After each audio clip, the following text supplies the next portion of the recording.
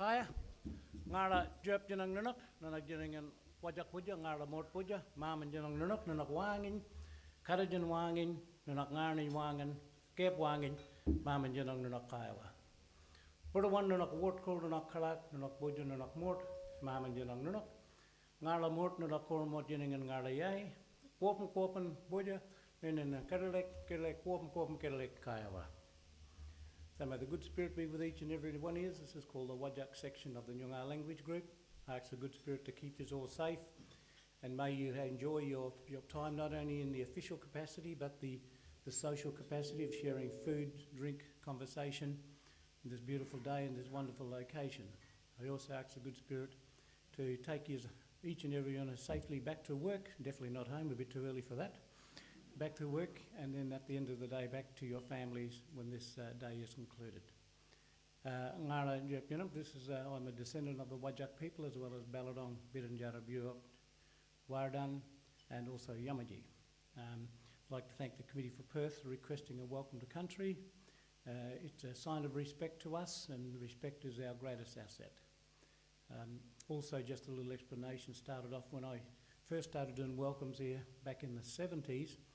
People used to ask me, what do I require for a welcome? And I said, a microphone. And because they wanted to hear the didgeridoo.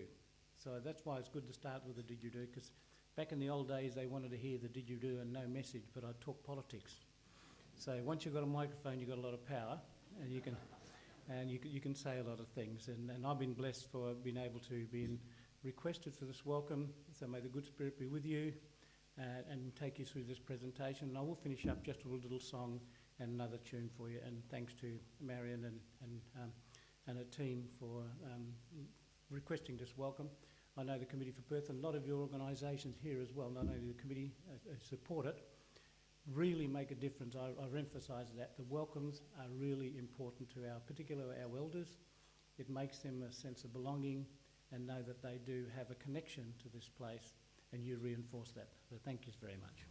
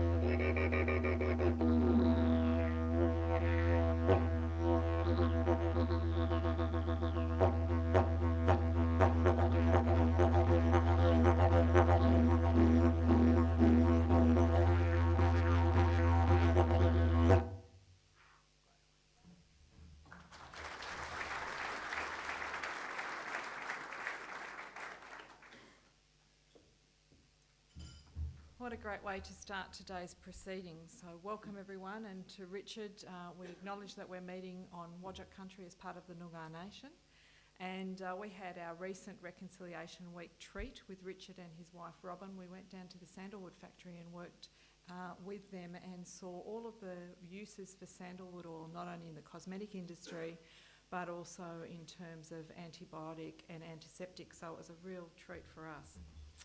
So I'm Marion Fulker, I'm the CEO of the Committee for Perth. I often say in these public forums that I have the best job in Perth, so I'm very pleased to take you through today's proceedings. Can I make a special welcome to Professor Jon Shaw from Plymouth University, who has joined us today, and Richard brought the didgeridoo just so that John could hear the beautiful noises. To Rhys Waldock, the Director General of Department of Transport, thank you very much for offering to give the opening address today. And John will be joined by Gemma Davis, who is our Manager of Research and Strategy. She's going to give you an update on where we're at with the Get a Move On project, the transport and congestion project we're undertaking.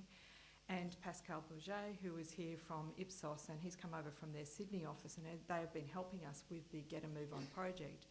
And Pascal's someone who's very much interested in behavioural change, and I think that's a very key component to solving some of our transport and congestion issues.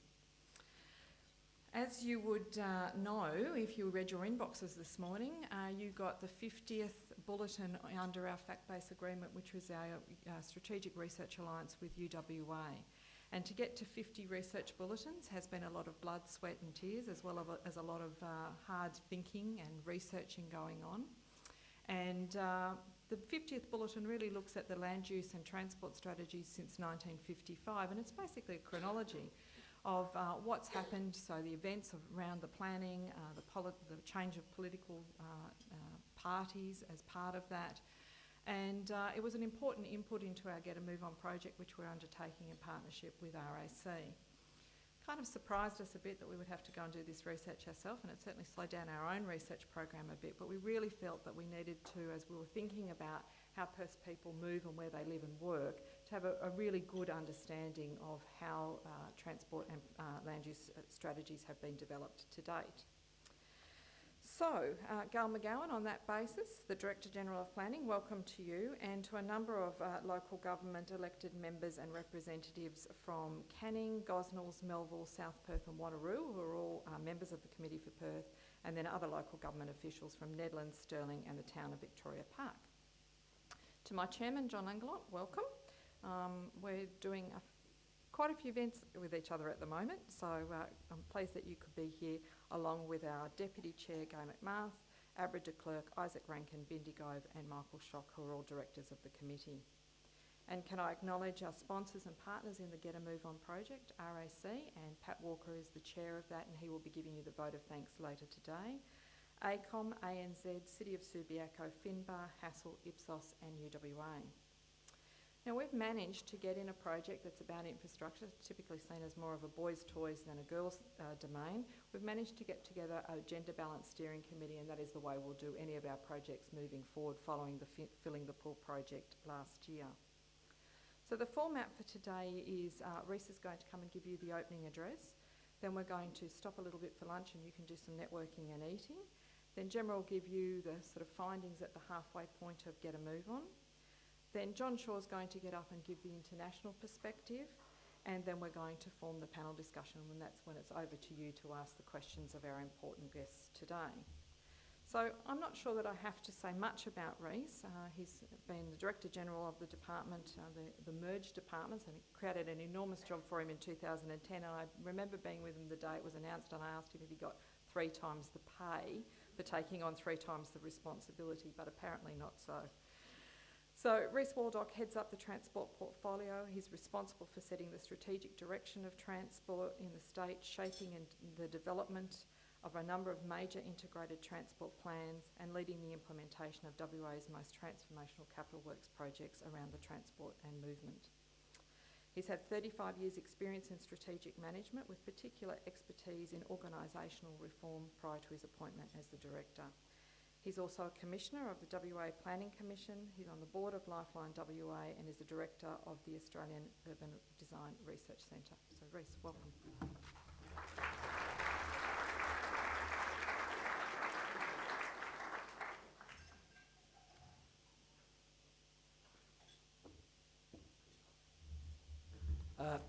Good afternoon, and thank you very much, Marion, and could I also acknowledge all the board of the Committee for Perth. What I wanted, and I've actually must thank Marion, I've actually gone from a 10-minute time slot to a 20-minute time slot. Shock and horror. But this is probably the last time I'll have the luxury of doing any reminiscing to a crowd that I've got captive. So thank you, Marion. But could I first acknowledge and congratulate the Committee for Perth.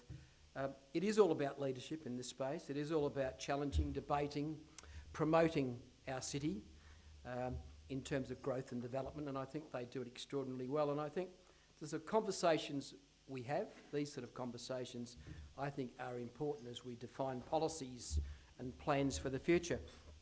So, and I could say from Transport's point of view, I think our relationship have always been positive. We've worked with Committee for Perth and Marion's team on a number of projects over the time, and certainly part of the Get a Move On. So in so many ways, our objectives are the same. We're about positive change in our great city as well. And whilst I think people in this room would understand that building great cities is not just about transport, I think the fact that so many in this room are here today to talk about it, I think you'd all agree it is a critical component we need to get right. and I think that is so important. And so, from a transport portfolio point of view, you'll be hearing more about it, but our mantra and our vision for the future is all about a city, and a transport system for that matter, that is vibrant, connected and productive. Now, if we think about those issues in terms of what that will mean in transport systems of the future, is we will be optimising our transport network. And we're doing that now, as we've seen, but we're going to put a lot more work into optimising our transport network. We will be delivering, and this is a common theme from the Committee for Perth, we will be delivering far better land transport integration. I think that's critical. And it's not just that integration, it's a bit of a tiered structure. So when we talk about land transport integration, in transport as well, of course, we'll be integrating all our modes, our road networks, our passenger transport and our active transport.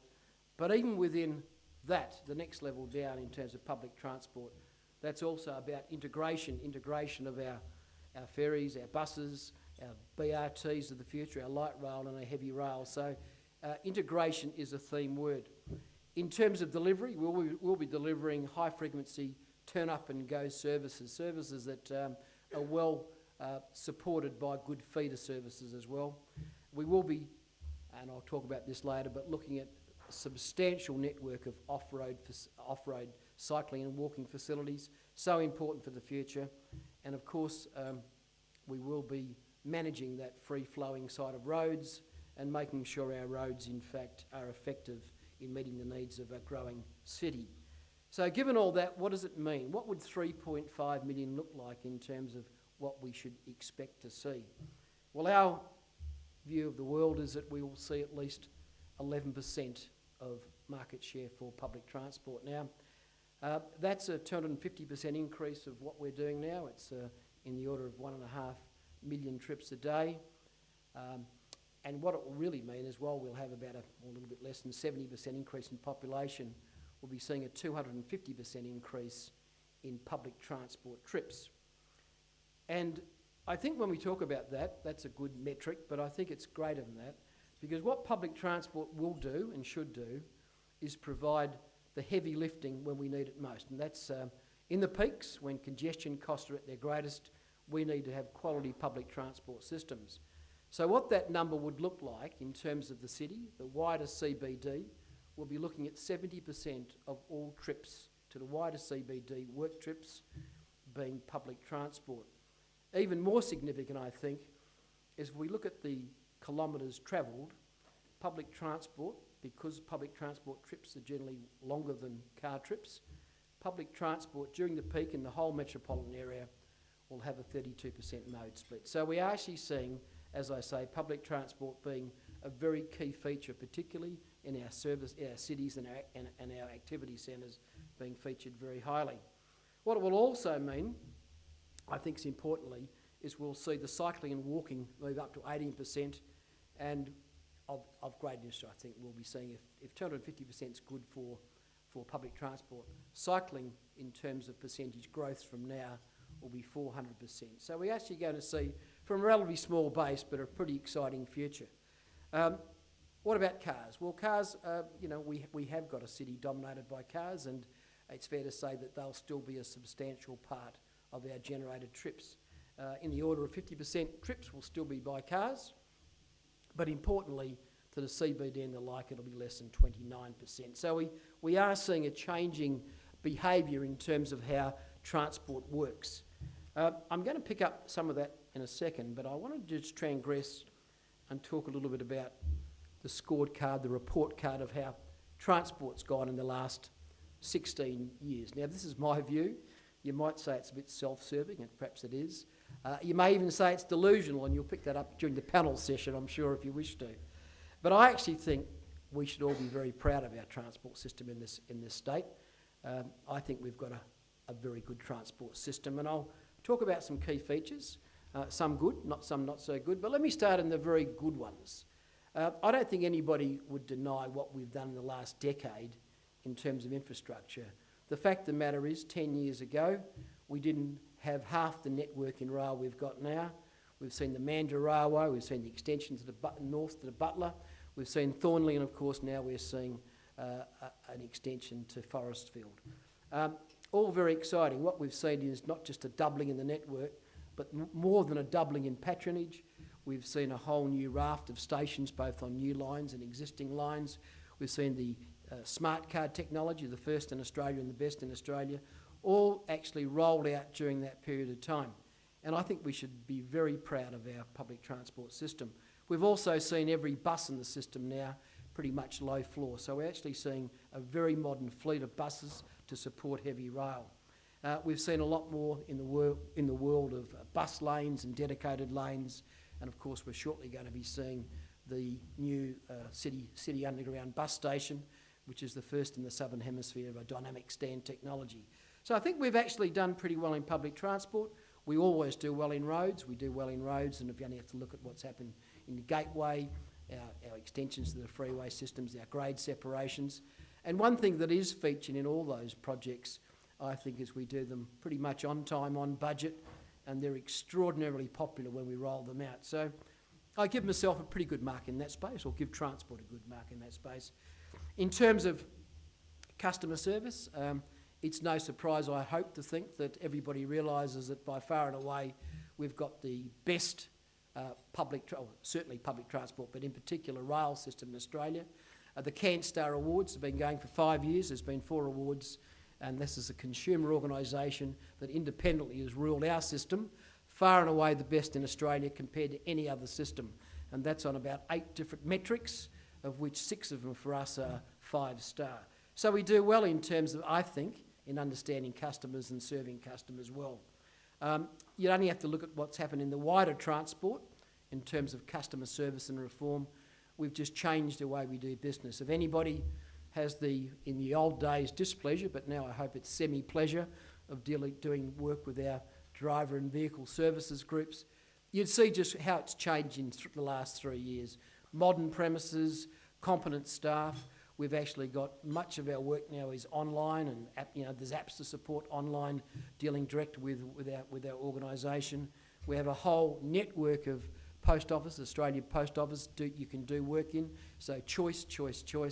And of course, if you're looking at vehicles, we've got a whole network newly arranged for vehicle inspection. So I think we've done pretty well there. In terms of reform is another measure. You only have to look at what's happened in reform in this state, where we've led the nation, and now we have got national rail safety, and one of my managing directors, Sue McCarry, leads that out of Adelaide. We've reformed marine safety in terms of now a national perspective, and I think you'd only have to sort of perhaps papers today as well, whilst the debate will still continue for a while.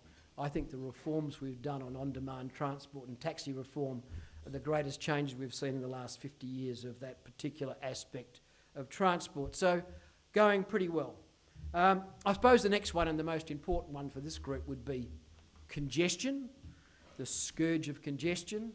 And yes, I think the first thing, and Jon might talk about that, but I think the first thing you'd notice in congestion, nobody ever beats congestion. What we might do is manage it. And when we talk about managing congestion, we talk about trying to manage a multi-headed beast, and we sort of have to attack it at many levels. And my argument has long been that we need to get our public transport system right, and that's investment and commitment. We need to get and still continue to build some roads. Roads aren't all bad, and in fact they're critical in so many applications and requirements. We need to work all our infrastructure harder, that's both rail and roads, and I think we're doing some very good work in that space. And of course what we also need to do is understand travel choices, how we move people out of cars in terms of behaviours, and again I think Jon might be picking up some of that. And of course the last thing, if we're sort of going to manage this world of congestion, is to understand that we need better planning, better city planning, better rollout of how we grow our city, and certainly we see transport not front and centre, but certainly an enabler of that. So when we look at all those issues, how have we gone? Well, I think we've done a lot, you'd agree, in terms of the tactics, in terms of roads and merger lanes and synchronisation of lights, in terms of ITS systems and all the things we are doing and will be doing more of in the future. And I think we've seen a sort of a whole new world of real-time and information to help customers make informed choices. Having said that, what would the community and the public say about how we've gone in congestion. Well, I think it's mixed. I think you'll get some perhaps peak bodies suggesting that we have failed. I don't think that's a committee for Perth, but you may. You certainly get the media talking a little bit about chaos in the system and gridlock and overcrowded trains and general scenarios of Armageddon. But my sense is that we need some balance in that. And it's interesting, and it's great that we are talking about facts-based reporting today, and Marion mentioned that. I would refer everybody to the actually Bulletin 48, which I don't think I asked Gemma, she's not talking about, but I'll just touch on it. It was a very interesting bulletin because it talked about commuting across Perth. And what it did, it asked two fundamental questions. I think both are interesting. The first question was what share of jobs in terms of in the entire metropolitan area, so what share of jobs in the entire metropolitan area can CBD residents and CBD residents reach within car within 45 minutes and public transport within 60 minutes. And it then went on to, I think, as I say, ask even a more important question for many people in this room today. And it goes along the thing, what share of the entire metro labour force can CBD firms access? And so what it did ask these two questions, 45 minutes for car, 60 minutes for public transport, and it compared it across Australia, the four key cities, of which Brisbane and Perth, clearly Melbourne and Sydney.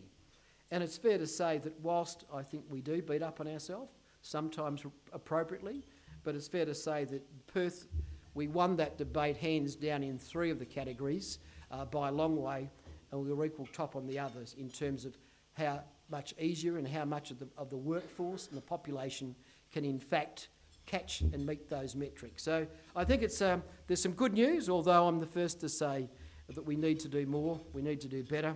I guess the point is we don't need to slash our wrists. Finally, I'd go to the last one, which I think is important, and it is probably a bit of the finishing in terms of how I'd measure performance.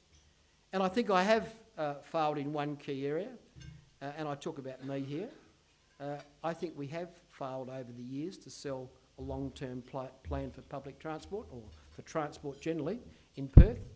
I think where we failed is because whilst it's been argued, and I'm not talking about any one government, I'm talking about successive governments. I've been around long enough to have those discussions with a number of different ministers across a number of different governments. But what we've failed is to sell, I think, them the imperative to put a jigsaw puzzle together.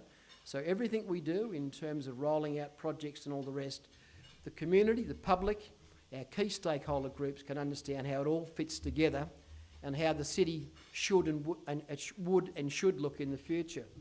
And so I say to that, it has been disappointing, and as I say, I think it's a singular failure. There's been a number of false dawns, but we've never actually had a document we can talk to in this group that we can have a sensible debate and hopefully get a consensus of what are the key issues for the future and how we get there. I suppose the good news is, and I think it is good news, that the Minister has announced that shortly he'll be releasing this transport plan, 3.5 million and beyond. And that beyond takes us perhaps out 50 years. What it will do is outline integrated transport, what is needed and across all modes, heavy rail, light rail, BRT, buses, active transport, and of course the road network. What it will do is talk about where it's required, when it's required, and it will give different timelines in terms of what we believe are the priorities. Clearly what it will also pick up is technology and social trends and the need for this to be a living document, because we know that the rapid change in the world in these areas, we need to be constantly reviewing and adapting to that. And finally what it will do, and I think this is very important, we will paint a way forward in terms of moving from a plan to action. So I don't want to give away too much in this because it's not my job to do that, and it's certainly it'll be best left to the ministers who are responsible. But I can say, and I think it's important because it's been an important area of debate for the Committee for Perth, that clearly we'll be putting a lot of our investments in that 15-kilometre radius from the CBD. Why? Well, because, and Gail's with me as well on this, she's part of my steering group. What it will do, of course, it'll enable the sort of infill, it'll enable us to meet the targets we're talking about in terms of land planning and that urban infill. And it will also at the same time connect all our key activity centres. So that's the good news, Marion. I think it's some of the sort of things you've been looking for. I hope we can talk about it within not too long, about what it is and what you think about it. And I just want to perhaps give you a little bit of a teaser, because I can talk about teasers and some of the easy stuff, but we will certainly planning of moving our off-road cycleways from 172 kilometres to 850 kilometres during that period of 3.5 million. So I think there's some enormous changes there we can look forward to. And I would finish on just saying phase one of all this will be consultation. We'll be talking to the community. We'll be holding within public transport, but certainly within the whole transport portfolios, as many information sessions as possible. And of course, the first of that will be kicked off with our key stakeholder bodies. And the City for Perth will be one of our first. Thank you very much.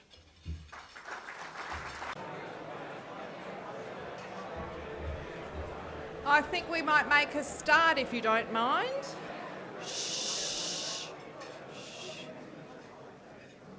I think pretty much everyone's finished eating, so I think we might get on with proceedings. All right, I'm going to introduce you to Gemma Davis, who's our Manager of Research and Strategy. Gemma is my right-hand woman. I have all these great ideas and she does all the hard grunt research to find out what I need to know. She's an Honorary Research Fellow at the University of Western Australia, and she's got a strategic and policy planning professional background of 19 years of experience. She used to work for me at the Urban Development Institute, so she'll be known to some of you in the room. She worked on contract originally for Committee for Perth back in 2007 and has recently become part of our internal research team. And she was the main author behind our Towards a Bright Future Perth as a region of 3.5 million people, which was a report we released in 2012. So Gemma divides her time between Australia and New Zealand. She has a Kiwi husband and 3 little Kiwis running around at home. And we do a lot of our work virtually, but the quality is never compromised at all. So Gemma's worked both in the private and public sector, having worked in local government in New Zealand, obviously UDIA here, and also for a large consulting firm, ERM. One of the beautiful things about Gemma is she has the most confluence of skills. So she did geography at UWA, then went over and did statutory planning at Curtin, and then she's subsequently done studies in psychology at UWA and Aboriginal studies at Curtin University. So she's got a big brain and she is an amazing person, and I'm really pleased that she's part of our team. So Gemma, come and share what's happening with Get a Move On.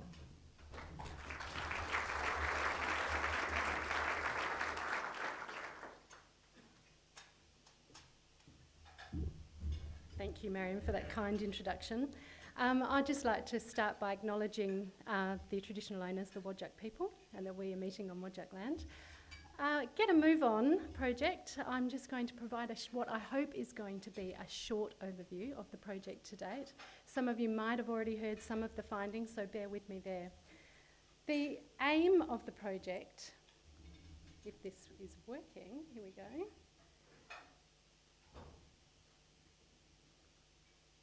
Oh, sorry, here we go. So the project aim of Get a Move On is to establish a definitive evidence base that can underpin new solutions for Perth's transport and land use future. And that's moving into the 21st century, but I think we're probably deciding now it's probably the first part mainly of the 21st century. Sorry, we're not working again. Do I need to point this somewhere, or should I just go? Here we go.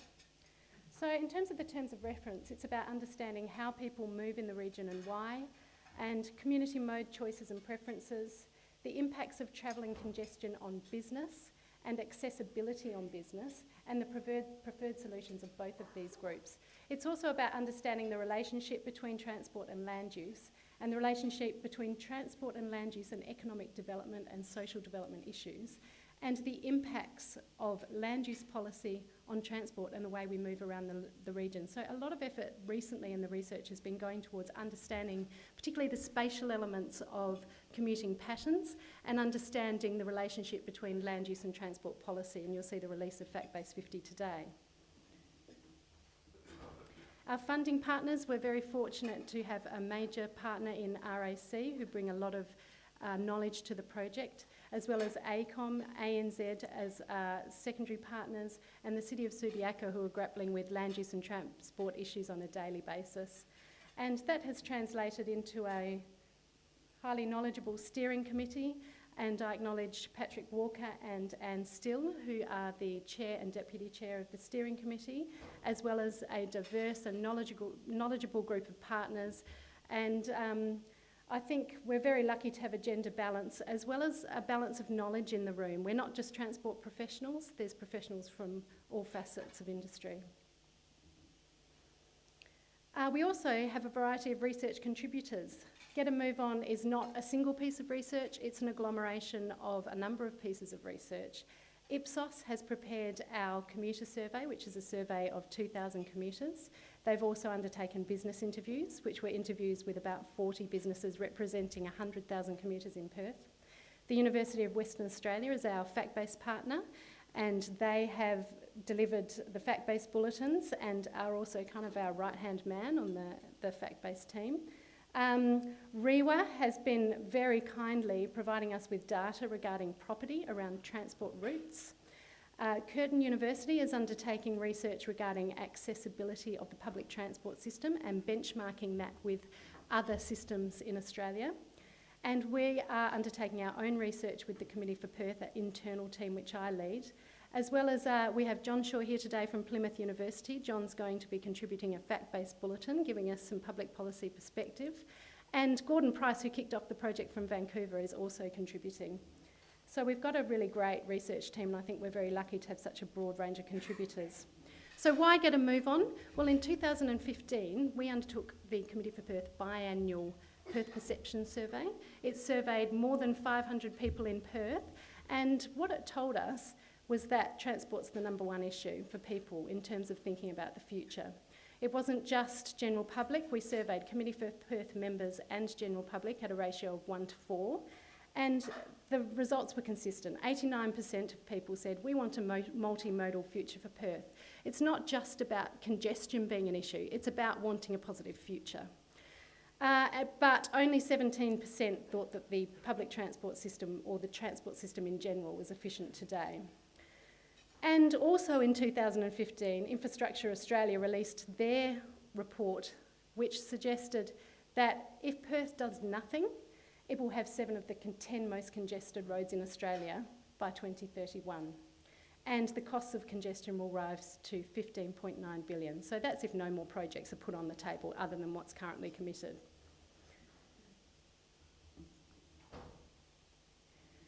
I think it's also evident from all our work for the Committee for Perth is that transport is actually at the heart of a competitive city. Transport influences very clearly economic development, it influences productivity, it influences the way the city grows, and it directly influences quality of life and livability.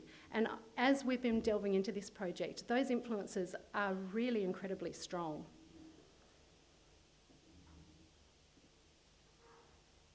So now I'm just going to run through a series of slides, and bear with me if you've heard some of this before.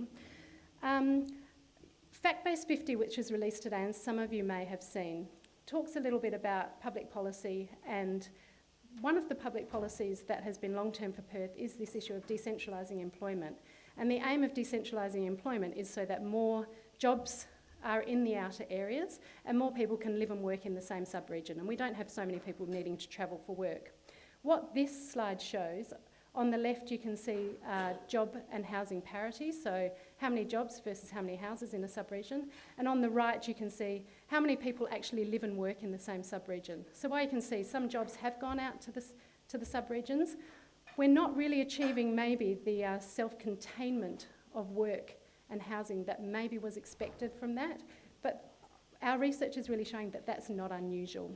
Other cities also don't achieve self-containment, and that's because when people make choices about where they live and where they work, it's not just about proximity. Just looking at that visually, we can see that commute patterns remain mainly from the outer areas into the inner areas. That's not just to the CBD, it's about all of the inner areas. So that's the central sub-region, and there's a lot of small activity centres as well as the CBD that people are travelling out into. So there's also a good connection between those inner areas and regional Western Australia. So most of our commuting patterns remain from people in the suburbs coming in to the central areas for work. But when we look at the location of residential development, it continues to be in fringe areas. So if you look at the image that we see here, the blue patterns show where there's population growth, the blue dots, and the red dots show where there's decline. And you can see the big dots of blue are in the northern corridor and increasingly in the southeast. This data is to 2011, but looking at where residential approvals have occurred since then, we can pretty much see the same patterns. So who's travelling into the central areas? Well, all workers travel, and our research showed that there's a lot of people who travel between different sub-regions in the outer areas, but people who travel into the central areas are white-collar workers. So they're the workers that the outer sub-regions export to the central sub-region. Why are they travelling? Because professional service sectors locate in the CBD.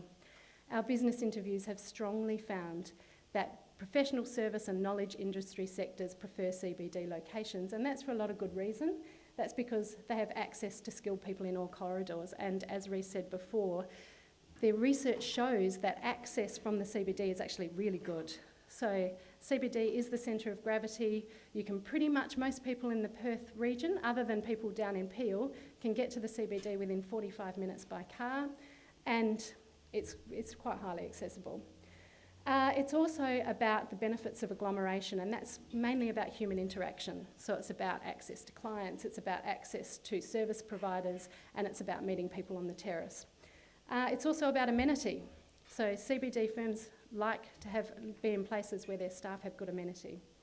But when you're looking at firms who locate in outer and middle areas, it's a little bit different. It's more about car access, and it's about access to a large site where they can co-locate their office functions and maybe warehousing functions.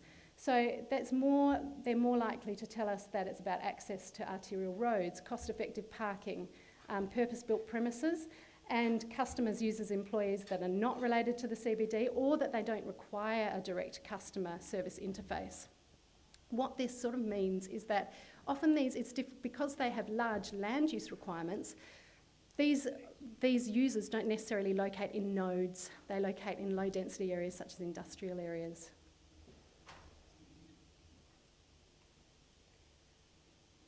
So just looking at a couple of the strategies that may be falling out of this, we're very much in collation and collection mode at the moment, but what we're finding is that employment does remain centralised. We have diverse employment nodes in the central sub-region, but outer sub-region diverse employment nodes are difficult to achieve. Knowledge sectors do require central locations, and central locations deliver real tangible benefits. And that outwards growth at the moment is decreasing accessibility. So as we grow outwards on the fringes, you do start to find that access to work within 45 minutes or 60 minutes by public transport declines significantly. So the types of solutions that have been raised through the research so far are, should we be looking at having a better focus on connecting people to jobs in inner areas and through infrastructure and infill development, and also about how can we develop these outer nodes. If we need jobs to go out, do we need specialised nodes rather than trying to get what are CBD jobs to move out? Just looking at mode choice, I'm going to run through quickly some of the spatial factors and the more motivational factors relating to mode choice that we have found to date. The key factors are spatial factors such as where you work, where you live, the distance between those, as well as the quality of public transport, convenience, speed, flexibility, the cost, your income, access to parking, your work requirements and personal circumstances. So I won't run through all of those, but just a few. And just to put this in context, most people drive in Perth, and 85% if you're looking at single mode, 85% of people drive, and 4% of people use the bus or train, and that's single mode only. So if you add in people who drive then train, it'll increase a little bit. And the map that you will see is where people drive to by their work location, and you'll see they drive everywhere. So there isn't much relationship between where you're going and whether you choose to drive, although I'll get into the CBD shortly. Still a lot of people drive to the CBD. But you're more likely to catch public transport if you work in the CBD or in the inner centres, and destination we've found is absolutely critical. So the CBD accommodates 17% of jobs, but the majority of public transport trips. And that's because it's a strong destination, because there's a lot of employment there, and there's a lot of reasons to go to the CBD, but there's also a few barriers against taking your car in.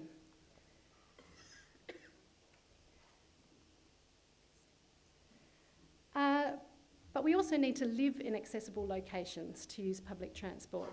So if you have a look at the map on the right, it shows the proportion of jobs that are accessible within a 60-minute public transport commute. Sorry, it doesn't. It shows where locations that you can live, where you can access those proportions of jobs in a 60-minute public transport commute, with the dark areas being places where you can access more than 50% of jobs within 60 minutes. And if you look at the map on the left, they're the home locations of people who catch public transport, train and bus, into the CBD. And you can see that they pretty much correlate. So if you can have a journey within 60 minutes, you're much more likely to use public transport. Station accessibility has also become important for train users, whereas proximity is critical for bus users. So when we've been looking at the data kindly provided by REWA and the Department of Transport, as well as our survey data, what we've found is that people don't necessarily catch the train because they live near the station. They catch the train because they work in the CBD and they can access the station, either by bus or by park and ride. And there's a strong correlation between the number of people who use a train station and the park and ride and bus transfer facilities. By contrast, people walk to the bus. And so if you have a bus line close to you that takes you where you want to go and it needs to be within 1k, you will walk there, more likely to. Sorry, not moving. Living close to work generally also increases the capacity for non-car commute, and this is kind of a no-brainer in terms of walking and cycling. This map shows the location of bus commuters, home location. You can clearly see that the higher densities of bus commuters are in and around the CBD. The maps of cycle and walkers are very, very similar. And our research has shown that really you need to live within 10 k's of the CBD, you're more likely to catch the bus. And walkers, obviously, it's 2.4 k's. And cyclists travel about 10 k's as well. Train users are the exception here. They're more likely to use train for longer journeys. One-car households are also more likely to choose public transport. And if you look at the map on the right, you can see that one-car households are pretty much mostly in and around the central area as well. And as you move out, the likelihood of an average of having 2 or more cars increases.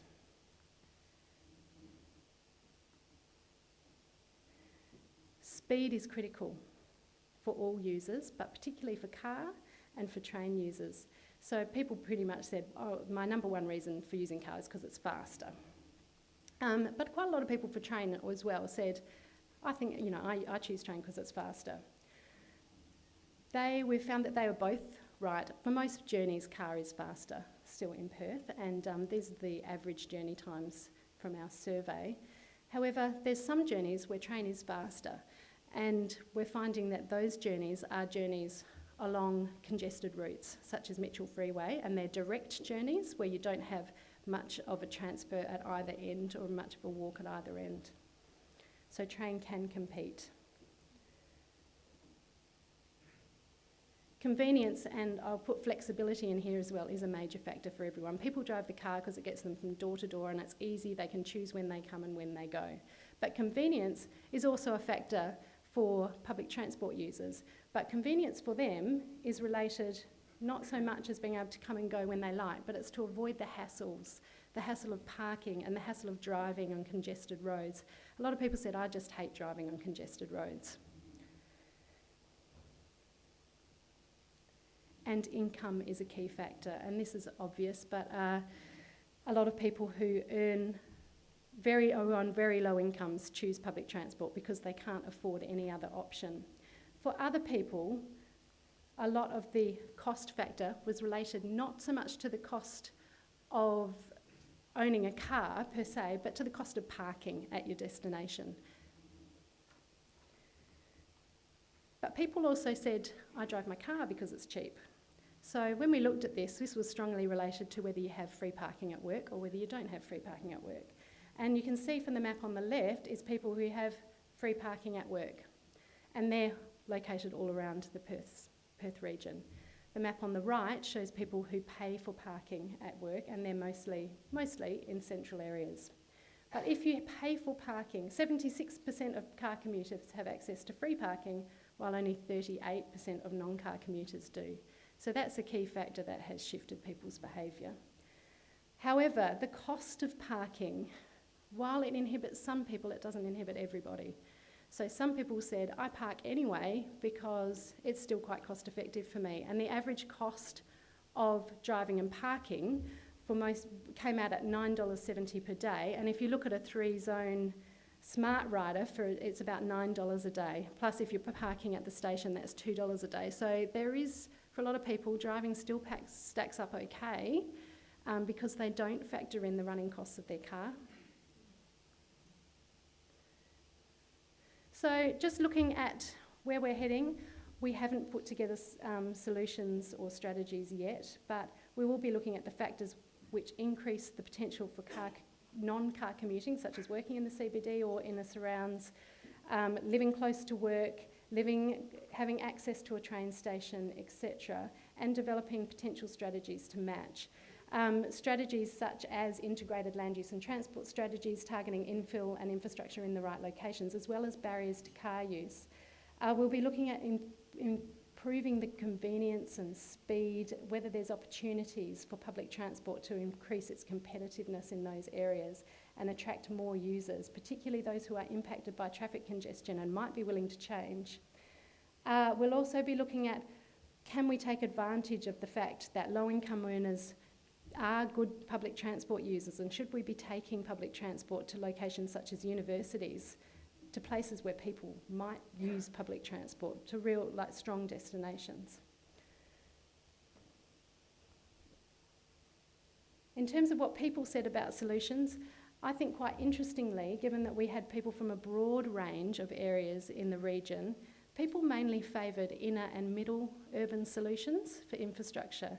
So they favoured new light rail in inner and middle locations, new heavy rail in inner and middle locations, and rapid bus routes in inner and middle locations over more outer suburban heavy rail routes. But when it came to paying, people were less optimistic, or they didn't favour charges or increased parking charges or car cost disincentives. And in terms of value capture, this was discussed with businesses and the jury was out. So where are we heading now? We're completing all of our research. There is a lot of research that we need to collate and complete. Jon is completing his piece. Curtin University is completing their piece. We're undertaking a lot of internal mapping, and we will be releasing 2 or 3 more fact-based bulletins over the next 2 months, so look out for those. And then we'll be working with the steering committee to prepare recommendations, which we'll be doing in August, and then socialising the findings with our members and stakeholders in September before the release in November. So I look forward to being able to share that with you. Thank you.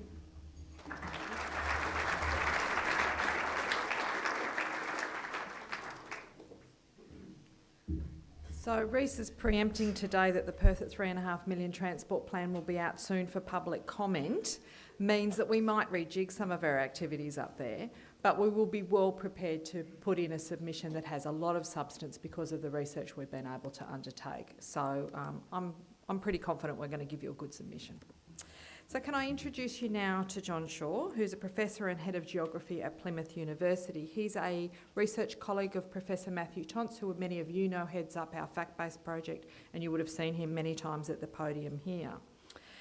John's been assistant editor of the Journal of Transport Geography. That should have like nerd in bracket or something there.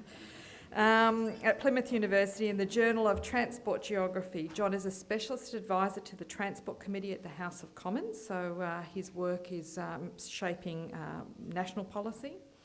He researches issues associated with mobility, transport policy and governance, and is widely published in academic and policy literature. John is the co-author of the book, The Transport Debate, and he's going to draw on all of those pieces to talk to you today about what's happening at an international level.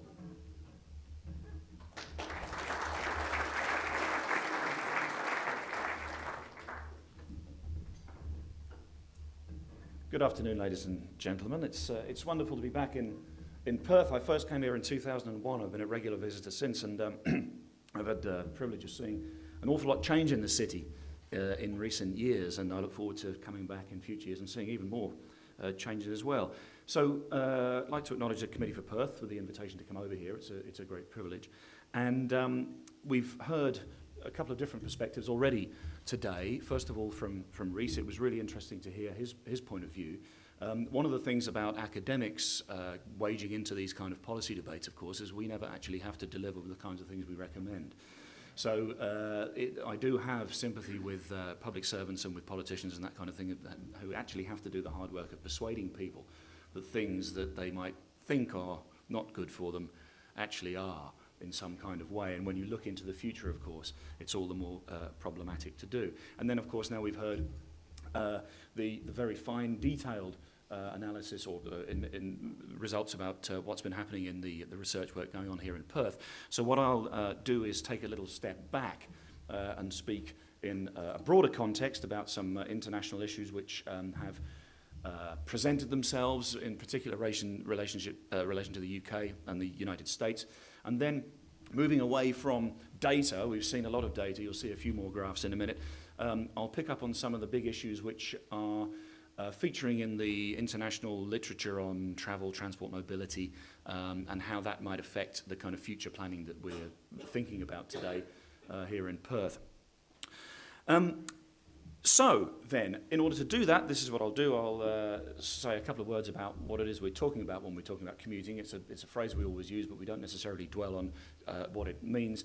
And then I'll outline some trends before thinking about some key policy issues. And then I want to reflect on some research work which was done over the last 5 years or so in Europe to show the kinds of conditions in policy and environments that can help fashion a successful delivery of policy on the ground. So, this happy bunch are going to work in London, and they're probably not very happy on the basis that the tube they just came out of wasn't air-conditioned, although I'm pleased to say that they are now rolling them out across the network.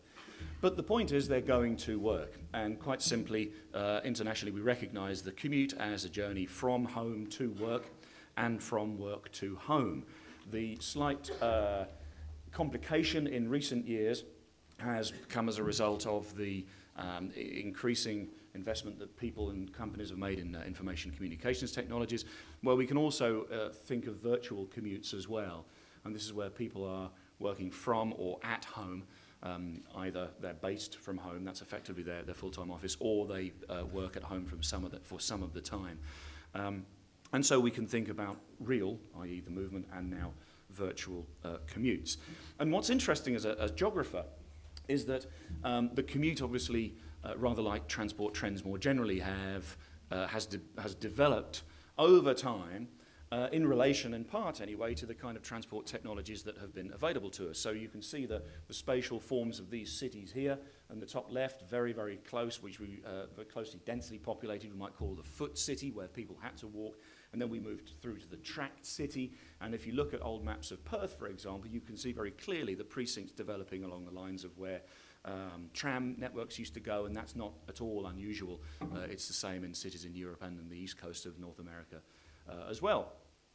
The Metropolitan Railway Company took land value capture really to a new level back in the 1800s.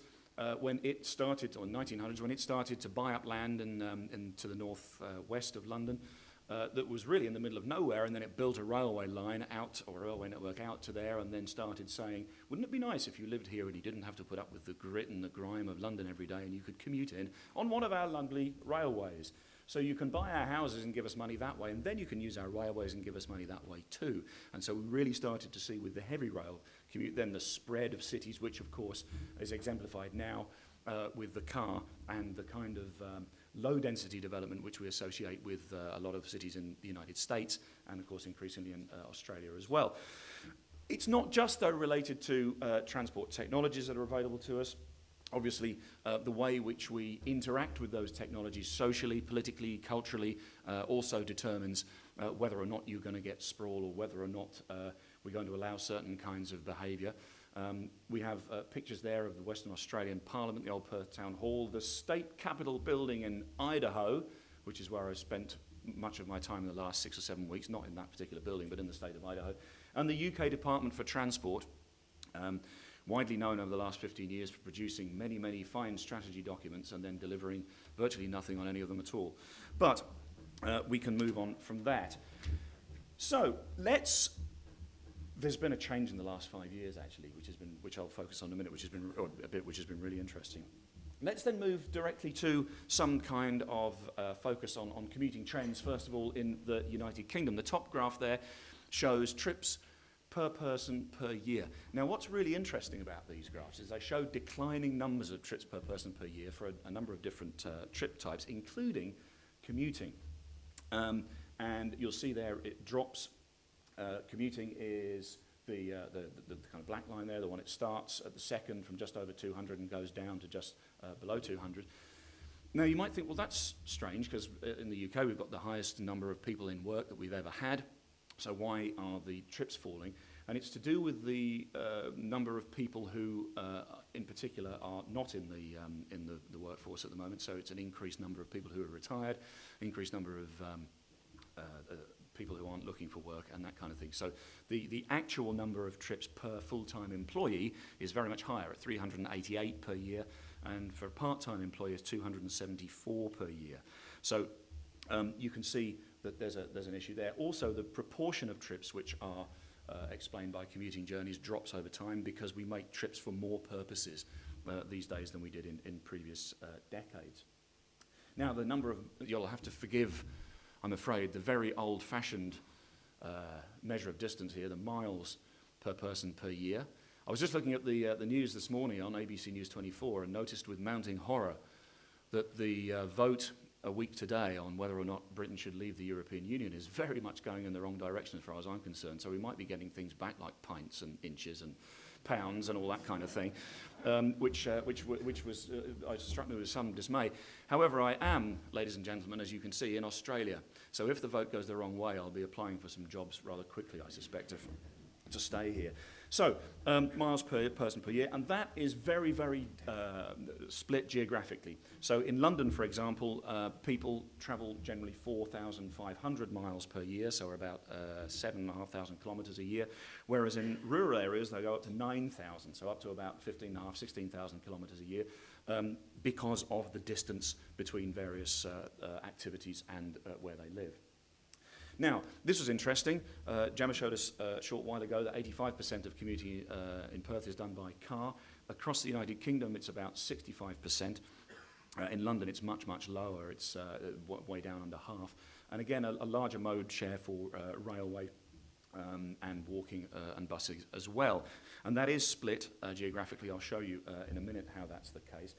One of the interesting things that I always think about, I commute to work splendidly by boat.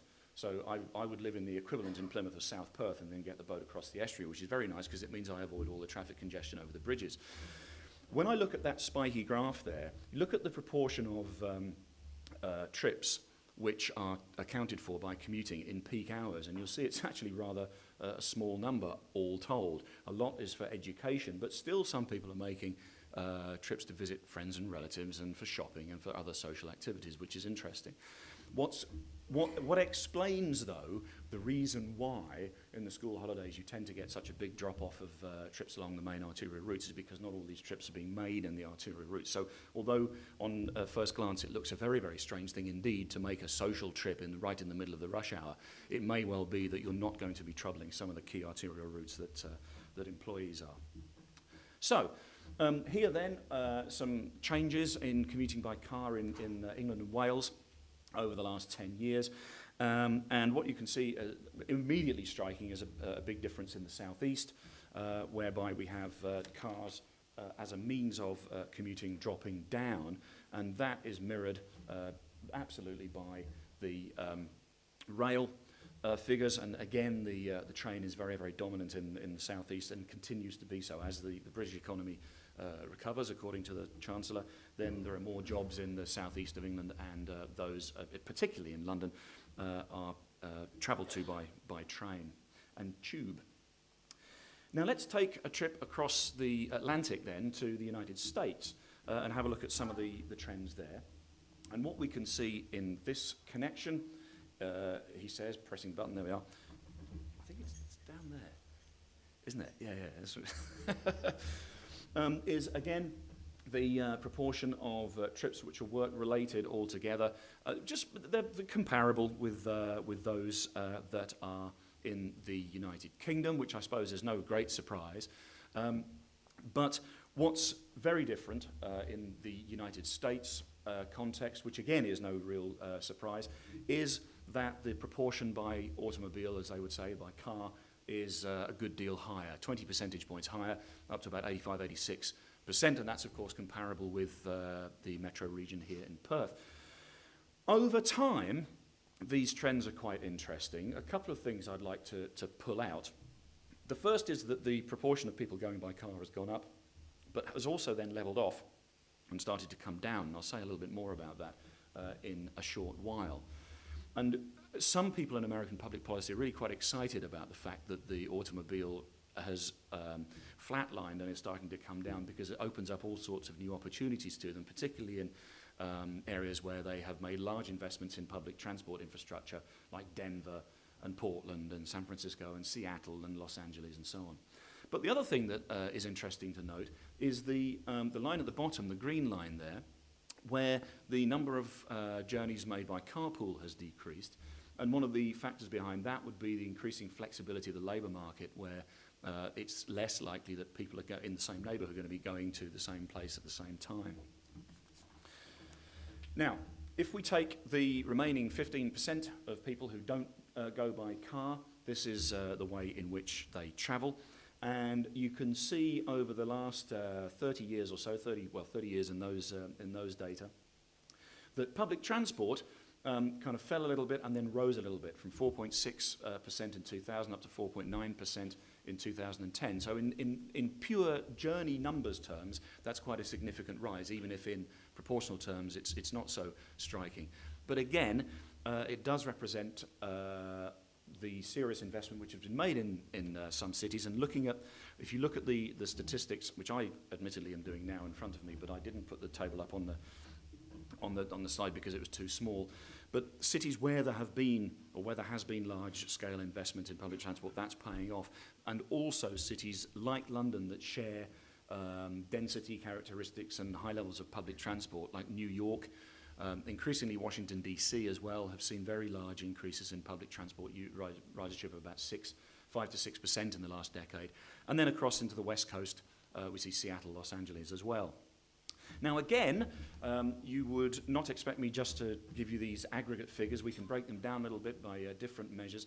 We can do it by geography, and you can see that where people live determines the extent to which they may well use their car. At the margins to some extent, but much less so at another extent. All workers, around about 85, 86% as we've seen, but if you live in what the Americans would call the exurbs, which would be beyond the suburbs, I suppose, or if people that do live in suburbs, they're much more likely to use the car than if they live within the inner core area. So we can liken that to the areas we've heard about today within 15 k's of the CBD, where it's much more likely that there will be transit that they can use. And that number, that difference between 89 and 78, is actually quite significant, because we know that the relationship between traffic numbers and congestion isn't necessarily linear, and you don't have to get a 50% reduction in car numbers to get a 50% reduction in congestion. So they offer hope, I think, more than anything else in terms of potential modal shift in the future. Now, we can break the figures down also by racial group, and this is particularly key in the United States. It's a very divided society compared to other Western democracies. And you can see there that if you're white, you're more likely to be driving alone to work, and those figures drop off quite considerably if you're Hispanic or African American. But there's a relatively lower proportion of people who will drive to work on their own, and a rather higher proportion who will carpool. And again, that reflects both income but also position within the labour market, less likely to have these kind of professional jobs that may require much more flexibility. So there's an overview of some trends in the UK and the US, breaking them down just to have a little look beyond the highest levels of aggregation, to set some context, really, for what have the impacts been. Now, we heard that it's projected that in the future, if nothing else other than what is currently in the pipeline is done, in the next X number of years, then Perth will have 7 of the 10 most congested roads in Australia. Here's an interesting graph from a British public policy perspective. The bar at the top is the United Kingdom, and then below is a selection of other European partner countries. What the graph shows is the proportion of the road network which is congested for a certain period of time. So over in the very far corner, it says more than 3 hours is the proportion that's congested in the yellow. Then you've got 3 hours worth of congestion in the blue, 2 hours worth of congestion in the green, 1 hour, and so on. So everything that's not shaded light blue is congested for more than an hour a day. And what you can see from that is that the United Kingdom has the most congested road network in Europe. Among our partner countries, it also has the least well-developed one. So in some ways, there's no surprise there. If our miles of motorway or freeway, for example, is very low or is lower compared to our French and German partners, our Dutch partners, and so on. So that's one impact. The high level of car commuting has resulted in very congested roads. And interesting to hear the figure of $15.9 billion, which is projected to be the cost of congestion in Perth going into the future. There has been any number of attempts to try and quantify the amount of money that congestion costs us in the United Kingdom, and you'll see there's a whole range. 15 billion, so pounds at the moment. I noticed, again with some alarm, I've been checking the exchange rate for quite a while coming over, and it was 2.12 back in around about Christmas time, and I thought this was great, and then it went down to about 1.89. And then when I checked when I got on the plane at Heathrow last Friday, it was 2.04, and I thought, this is great. And then I checked this morning, and it's back down to 1.91. So I would like to congratulate Boris Johnson and the other politicians who are pushing for us to leave the European Union, because they're costing me a lot of money. Anyway, so let's say 2 for 1. So $30 billion, $38 billion, $56 billion, and so on across the country. No one really knows, because the methodologies they use to do these calculations are pretty rudimentary. They basically take what free-flowing conditions are on the road and how long it would take you to get across between two places. And then they say, well, how long does it actually take? And then they work out a cost that it is associated with making the journey, and the difference in time gives you a monetary value, and then they factor it up by any number of tens of thousands to get a national figure. So that's why there's such great diversity between those figures. But one thing we can all agree on is that they're probably too much. And I'm sure you'll agree that 15.9 billion, depending on what the methodology was here, is also rather too much. Roads, though, are congested is one thing. Railways also are congested. One of my roles in the UK is I'm on the advisory board of Great Western Railway, which is the train company which provide services out to the west of London, South Wales, the South West, and a whole load of commuter networks. And at one point, we also had around 7 of the 10 most congested railway services in the UK. And this is the delightful interior. And I've been already called a nerd, so I'm going to trade on that for a second, of a Class 165 diesel turbo, ladies and gentlemen, that runs into Paddington Station. Now, please note the way in which Transperth has kitted out its trains in a far more commuter-friendly manner, i.e. you do actually have some space when you sit down, and there's space for people to stand up. Whereas here, we have the old cattle truck configuration, which is now being done away with. We've learnt from people like Transperth and other organisations around the world where we kit our trains out for standing now, because it actually makes for a much more comfortable journey. So the impacts then, rather like here, have been congestion on the railways and on the roads. We're clearly never going to be able to beat congestion entirely, but we can do things to ameliorate it. And for a long time, the policy response to these kinds of things across certainly the United States and the United Kingdom was to build roads. And back in the 60s, we had the Traffic in Towns report by Buchanan, and he was making the basic point that what's going to happen to our urban fabric if we embrace the automobile over the coming years is that we're either going to have to really adapt to it, and this is his artist's impression. There were wonderful diagrams in this report. His artist's impression of what Tottenham Court Road would look like. And those of you who've been to London will know it doesn't look like that at the moment. Thankfully, we did not go down that direction of planning. But we were either going to have to completely change our urban fabric, or we were going to have to make some other kind of more broad societal changes. And Buchanan, it turns out, was quite right in that sense. But for a long time, nevertheless, policymakers wanted to build more roads. That trajectory kind of changed around about the mid to late 1990s, when people started to realise in government, or should we say politicians started to realise in government, that actually there are other ways of skinning this particular cat. And certainly in terms of the commute, where Rhys made the point that public transport should do the heavy lifting at key times. And if I can get this to... There we are. This diagram is an incredibly powerful means of getting across the basic point that in terms of moving lots of people between popular destinations, the car really is a monumentally inefficient way of doing so, because at the top we've got there our cars sitting in a traffic jam on a one-way street. Then in the middle we've got the drivers. Average car occupancy for commuter driving in the United Kingdom is 1.2 per vehicle. So we've got our drivers there, that's how much space they take up. And then if you put all of those people in one single-decker bus, they take up far less space, as evidenced at the bottom, in the bottom picture there. And the point is, when you're trying to move numbers of people, as opposed to number of vehicles across busy or between places with high demand and supply, then public transport retains indeed a key role. In that context then, in the policy space we are at the moment, whereby there's acknowledged to be a more significant role for modes other than the car, and we need to make investments to accommodate that, not just in public transport, but also, for example, to get over 800 k's worth of off-road cycling and walking facilities. Then I thought I might reflect upon some of the key issues which present themselves in the transport literature in the moment, in august publications like the Journal of Transport Geography, for example. And because they're useful in terms of informing the discussion over the policy debate. And I'm sure they've been taken very much into account in the document which will be released in the coming weeks after the federal election. Now, the first of these is what we refer to. What's coming up now, by the way, is something you don't have to read, so don't worry about it. But I just wanted to give you a flavour of the amount of literature that's been devoted to this concept of late, of peak car.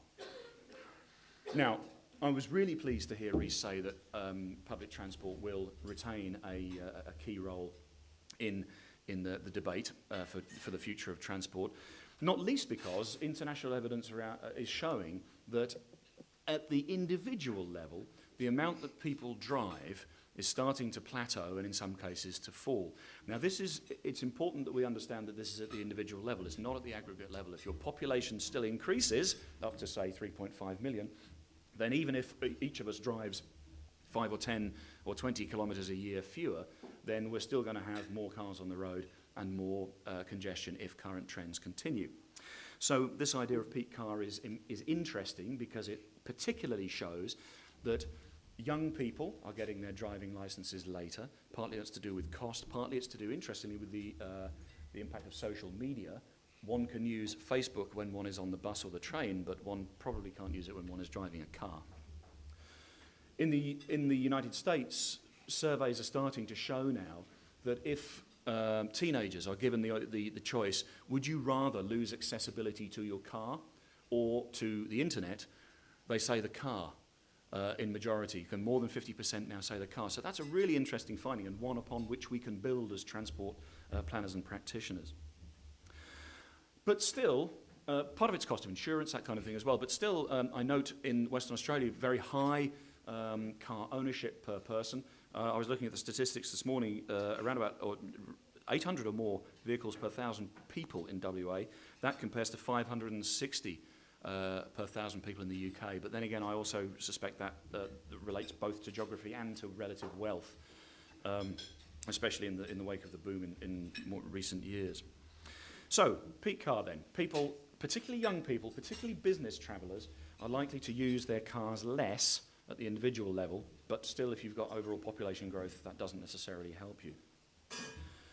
What about the impact of information and communications technologies? This is something else which has already been touched upon.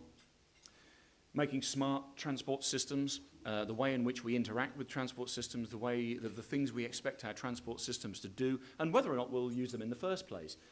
We always used to think that just because we can communicate with each other much more efficiently now online, that may result in a reduction in demand for travel, but it hasn't been the case. One of the reasons why is because there's at least 7 ways that international authors identify that ICT's impact upon transport behaviour or travel behaviour. The obvious one, as we all think about, is substitution. So we substitute virtual working, for example, or a Skype call for a journey that we may have made. And then here you can see in England and Wales the proportion of people in each of these regions which are working from or at home. And it is increasing, but still it's relatively a small number, the proportions that we're talking about overall. It will become more significant in time, I suspect, but still not necessarily the case. But it will dominate. But offsetting this trend towards substitution, or at least counteracting them to some degree, is a whole range of other different effects. So, for example, the use of ICTs can stimulate travel. One way it does that is by, if you have a Skype conversation with your relatives in the UK or in Ireland or in Germany or in the United States or whatever, you think, wouldn't it be a nice idea to actually go and see them?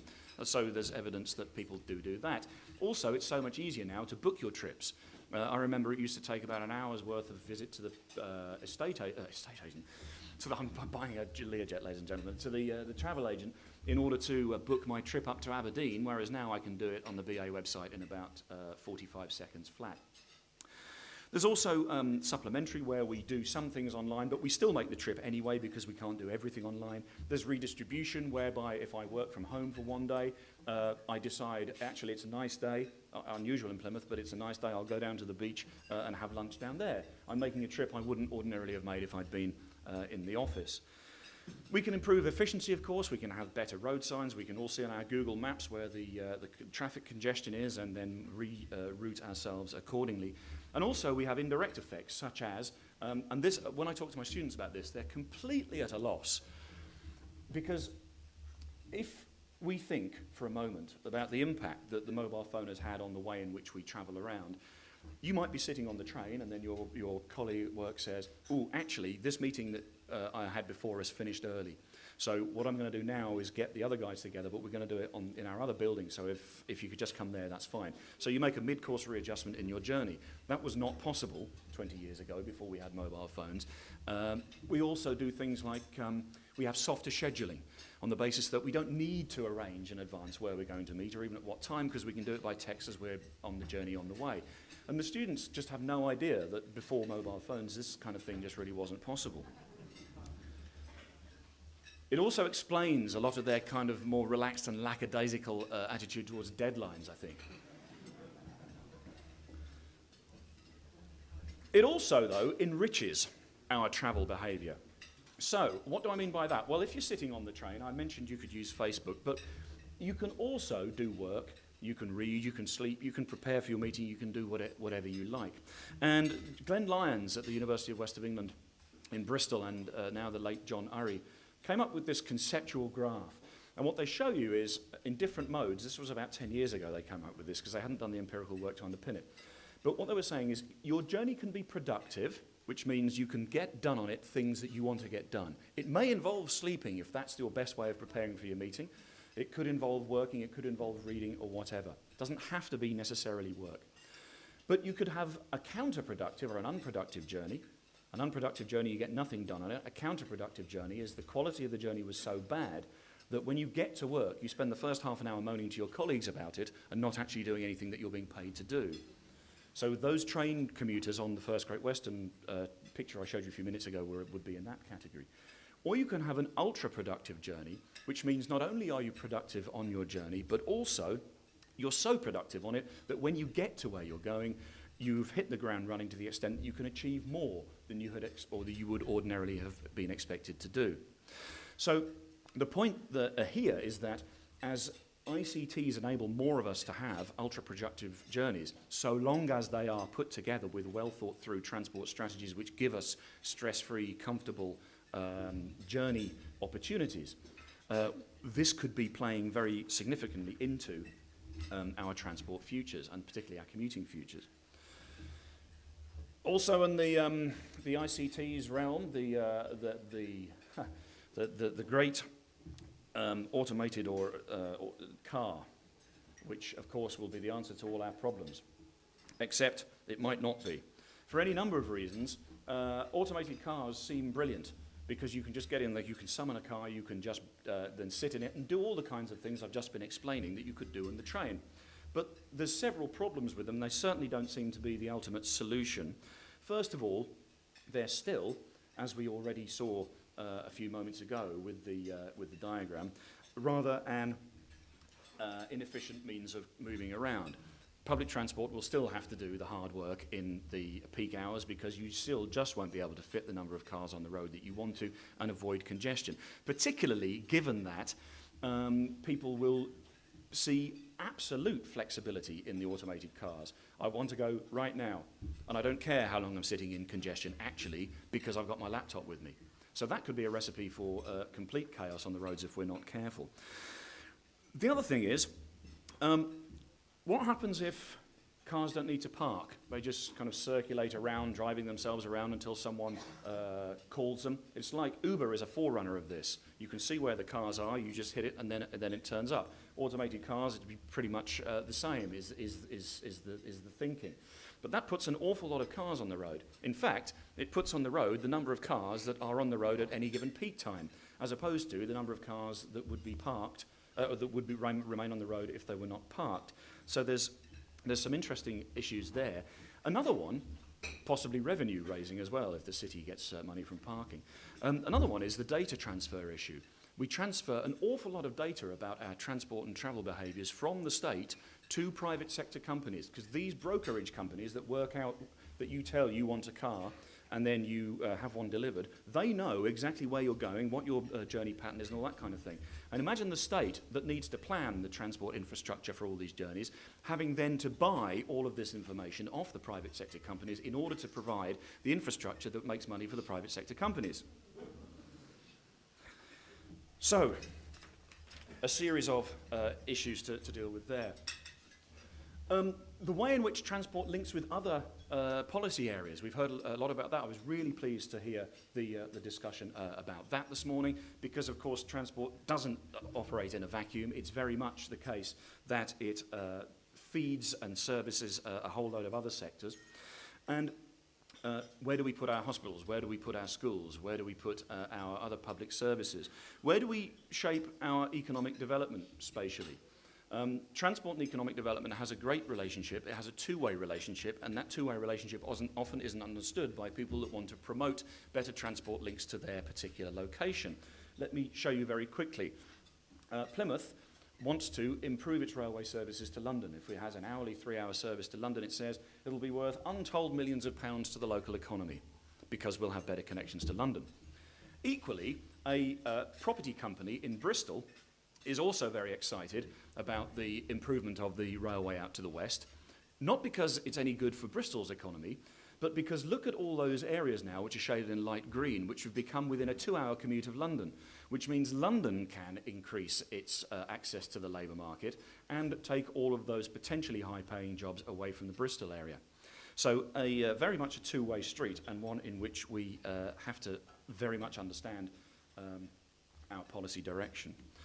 So moving towards our conclusion then, we want to look at, when we're putting a transport policy together, something that, and this has already been touched on this morning by both presentations, something that is, I'm trying to get myself back to a previous slide here, something that is comprehensive but is also multifaceted. We've talked about the need to pursue a whole load of different strategies together. If we want to use technology, if we want to charge people to use roads, we have to make sure there's public transport alternatives that people can use.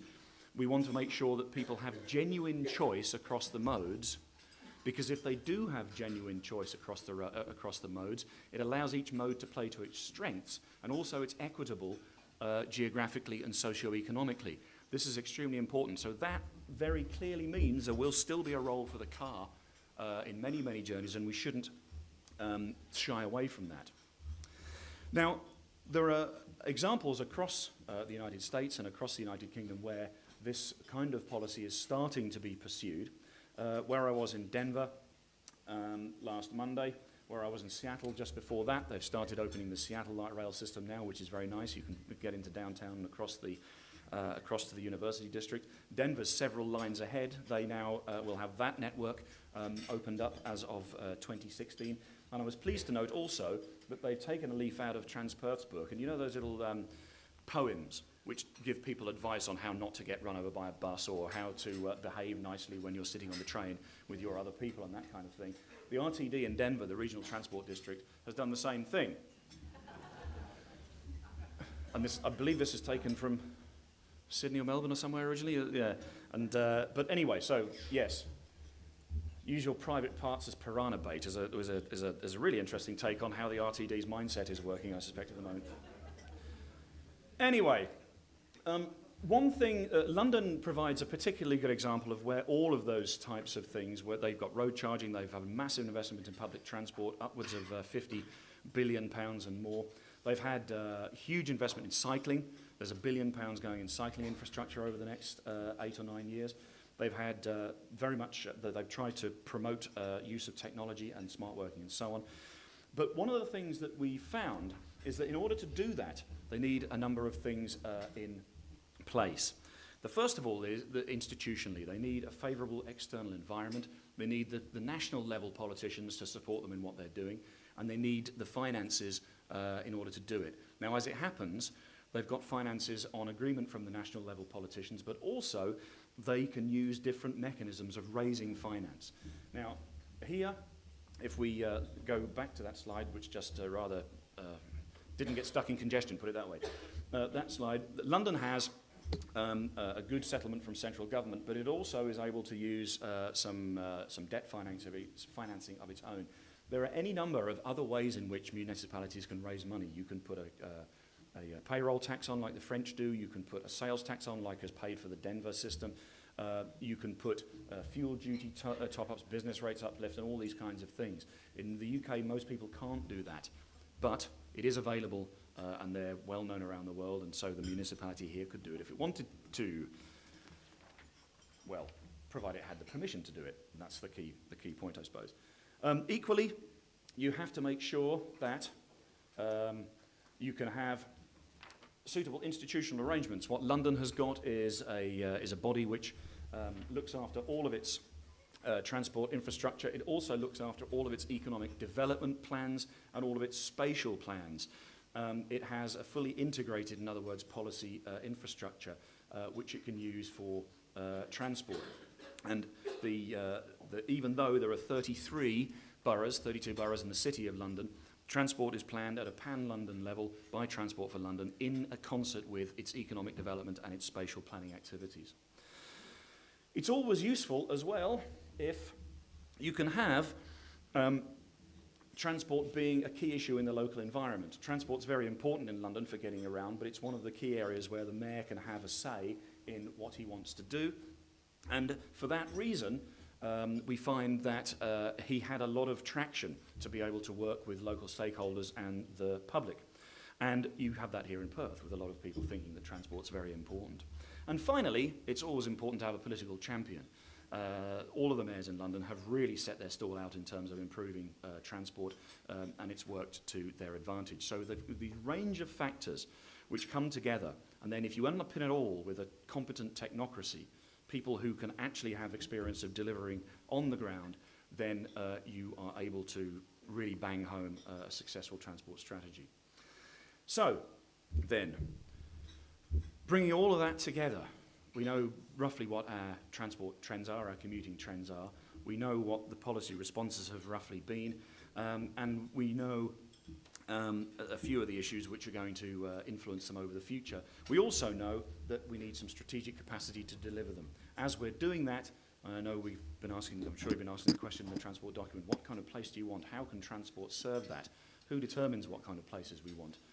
But if we can provide genuine choice that provides people to use these the modes and the modes to play to their strengths, that's probably the basis of a good foundation for transport policy. Thank you very much.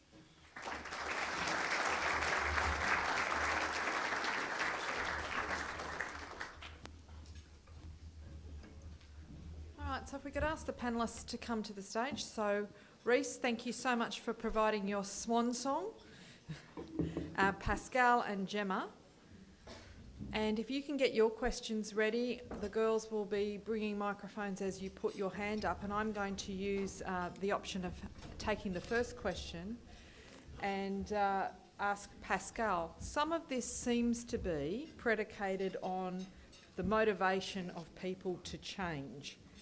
And so, Pascal, do you want to reflect on the role of people? So we can provide infrastructure, we can provide good timetabling and efficient service, different choices, but if people are really wedded to their cars in this town, as they are in many places in the world, what's the role of people and how can they make the step change?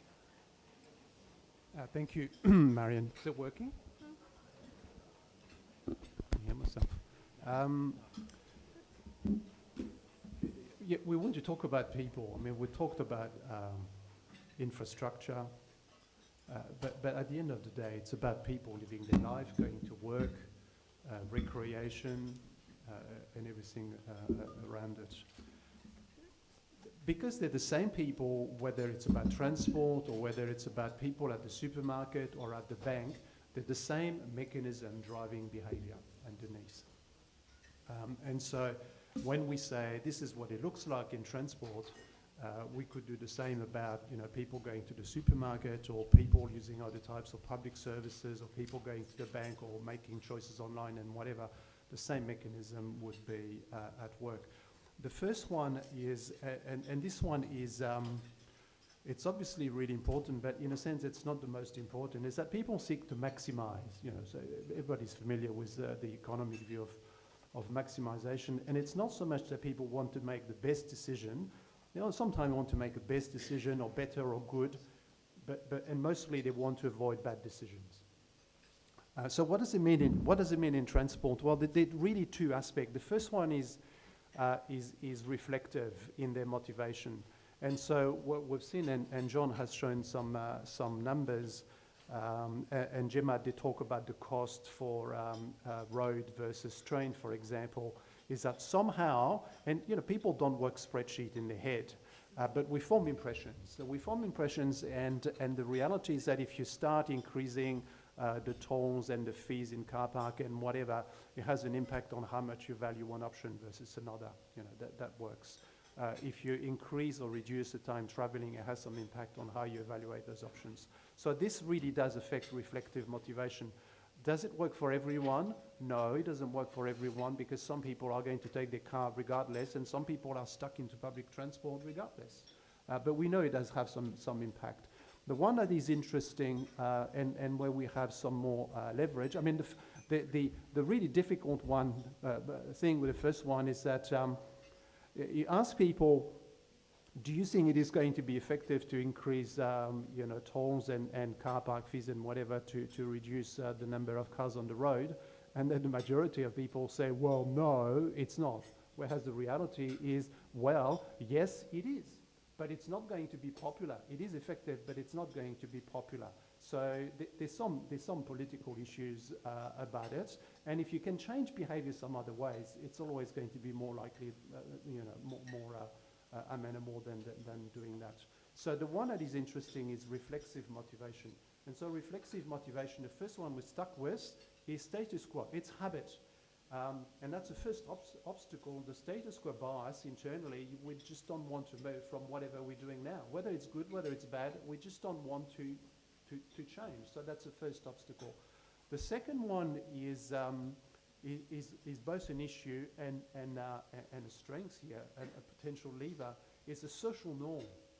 And the social norm here in Perth is that really the car is it's a cultural norm. So the social norm is that at the moment, I'm not taking public transport because I don't see and I don't feel anybody else around me is doing the same. The people I'm mixed with, the people at work, and so on and so on. But that can be changed. The different types of intervention you can create over time to change the social norm. It's difficult when it's culture, but it's possible. Now, there's one thing which is interesting happening at the moment, which is the development of the stadium. And the development of the new stadium, if there isn't a lot of car parking, means that people are going to have to get onto the public transport. And it's a really interesting way of starting to change the behavior. You don't change the attitude, whatever, you change the behavior, it's, well, either you're going to get on the train to go to the footy, or you're not going to the footy, because there's not going to be car park. So that's one way to start changing the behavior. And it's one of those situations where we find it's not just in transport, but when people change residential address, or their employer is changing location, or when something is changing at the supermarket or in the store or whatever, it creates some change in the brain that just provides an opportunity to change the behavior. So it's one of those rare mechanisms of those opportunities that we have, and I think it should be really leveraged to the maximum. The second one I want to talk about really quickly is avoiding negative emotion. This thing, whatever the behavior is when we have to make choices, we want to avoid negative emotion. Emotion, physiological, feelings, or feel sad or feel angry, whatever, and moods, positive mood, negative mood. We want to avoid negative emotion. In this case, there is this quite interesting contrast, is that when you look at the proportion of people who are car commuting and who find it stressful or extremely stressful, it's about 54%. But when you look at the proportion of people who are in train and find it stressful or extremely stressful, it's 49%. So it's about the same. And so what it means is that really there is no incentive in the situation from moving people from car to public transport, or to train at least, in the sense that if I have a negative emotion while I'm in my car, I will have the expectation or the experience, likely, that it's going to be equally negative as an emotion if I go into public transport. So that's not really helpful. So making people expect a better experience than where they are today is probably something that is really important to impact emotion. The last one is, and that's the one that is surprising, is we say behavior is all about motivation. Well, as much as we'd like as much as we'd like it to be, well, it's not. There's very few behavior, food, sex, a few others, whatever, which are really high in motivation. Everything else is just up for grabs. And so what it means is that we never really have enough motivation for any behavior we'd like people to have. And so what it means is that on the other side, we have to minimize the effort, physical and cognitive. So physical is that if people are visiting or using public transport, They have an upfront cost because they have to walk to the station or to the bus stop, and they feel it as a cost. Now, if you reframe it as a benefit, as an investment into your health, then you change the upfront cost on the behavior, because they unless you walk to the bus stop, you're not going to get into the bus. And if you're not getting into the bus, well, they're not into public transport. And so it's reframing the situation so that upfront you don't start with the cost, but there is a benefit that works. The cognitive one, making anything easy. I always say to people, it's not just about pulling down barriers, it's about making things easy. And if you really want to make things easy for people, it's going to be hard for you to do it. If you don't think that it's hard in the process, it's because you haven't made it easy. That's just as much as I want to say now. All right, over to you. Questions? We've shared so much information with you down the back there. Ray, it's really exciting here that transport policy is going to be released, something that's been missing in the planning platform in Perth. How do we stop this one being turned into political football? We saw at the last election there were lots of promises from both sides of what new public transport infrastructure we were going to get. We didn't really see any of it. How do we put a policy that gets removed from being a political football every time we have an election? What the private sector needs is some certainty to be able to invest around it, and they want to do that, but they need some level of certainty that things might actually happen. A good question. Yeah, good question. I must say that nobody, certainly a bureaucrat, can guarantee that. But if you look what's happened around Australia in the last few years, first of all, well, I think actually before IA, there was Transport for New South Wales, and there was certainly a transport infrastructure group under a good old friend of mine. There's now one in Victoria, South Australia, looking at it. So I think the more you can get long-term planning and projects, at least with some sense of independence, it's got to be good for us all. And so we're seeing a little bit of that. But let's not kid ourselves, even during the days of IA, particularly when they had lots of money, when they were actually very much the source of recommendations. If you do remember, Victoria got most of it, but let me assure you, even during that process, the Minister at the time, Albanese, certainly made sure that there is always perhaps some self-serving sort of decisions made. I don't think we can ever stop that necessarily, but I think what we can do, if we've got a clear plan which is endorsed by the public, then it will be more difficult, I think, for people to change course. So, I mean, if nothing else, and certainly I won't be around, but if nothing else, if we can get an endorsed sense of how we go, well, we can change timelines, or we can change, and we'll change some of the emphasis and priorities maybe, but the more we can get something that your community sees as the way of the future, I think that holds everybody to account. So there is I think some hope in that. Next question. Down the front here, if you just say your name and organisation as well, thank you. Thank you. Hi, this is Alio from PwC. We talked a lot about infrastructure and plans, but what I haven't heard a lot today is about the role that technology has today in managing Perth infrastructure. Can please the panel elaborate a little bit on that and plans for the future, please? Well, is that me? Have to be, wouldn't it? I think so. Well, it depends what level of technology you're talking about. Certainly there is no question we'll be making enormous investments in, say, heavy rail technology, as we need to get our headways down to less than 3 minutes, and that'll mean new signalling and new radio communications. So there's enormous development in technology to drive the sort of working those assets harder. And the technology on the roads is just changing all the time with ramp metering and ITS systems and, online information. So you'll be seeing the Internet of Things, where you get person-to-person communication, you'll get person-to-infrastructure, and you'll get infrastructure to vehicles. So you'll get all those levels of communication which will help everybody make better decisions. And you'll certainly get autonomous vehicles. I mean, that's coming. I was delighted to hear John's view of what it might mean, because you get so many different views about it being a panacea for everything. And of course, you'll see the whole world of social networking and social change in terms of again, how people travel, on-demand transport. So all those things are going to happen. But it's interesting, even at the sort of local level, we'll be going out in about, I think, next month. We're looking at Wi-Fi on our systems. That's Wi-Fi potentially on our stations, on our trains and our buses. Now, I come back to what John said. I mean, I think our greatest opportunity is with the young, and already students love public transport, and we'll need to connect the destinations up better. But the reality is, if people see that it's an opportunity to do and to have do work and to network and to have relationships in the digital space, then from my point of view, that has to be, they'll see that more valuable in getting their new car when they turn 18. And I think the more we get those change values, we'll see public transport as a sensible way of certainly commuting to work at least. So I see lots of technology, lots of change, and I think we need to be part of it.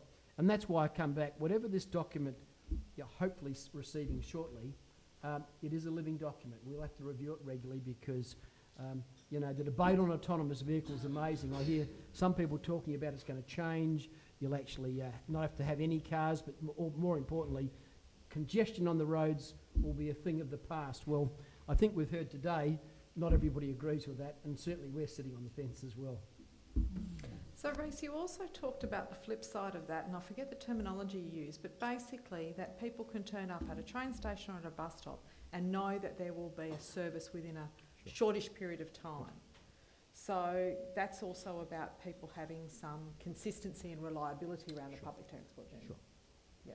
So it's in our heads that we turn up and we will actually get a I mean, service. I don't think, I mean, I think the reality is when we turn on our new bus station, we'll be putting real-time information out to customers. But the reality is real-time information is good, certainly better than having timetables, but even better if you don't have to think about it, you just turn up and it's there. So that's the future. Yeah, sure. Down the back there, and then we'll come over to Martin Bowman. I've got a question which has probably been asked 1,000 times before, but talking about congestion, something that's always bothered me is I'd like to go right or left on a red arrow where it is safe to do so. I just want to get going, and that stops me all the time. That's my first one. Second one, buses, where buses stop and you want a little indent so I can just go straight through. Many roads do have the indents, a lot don't. Why?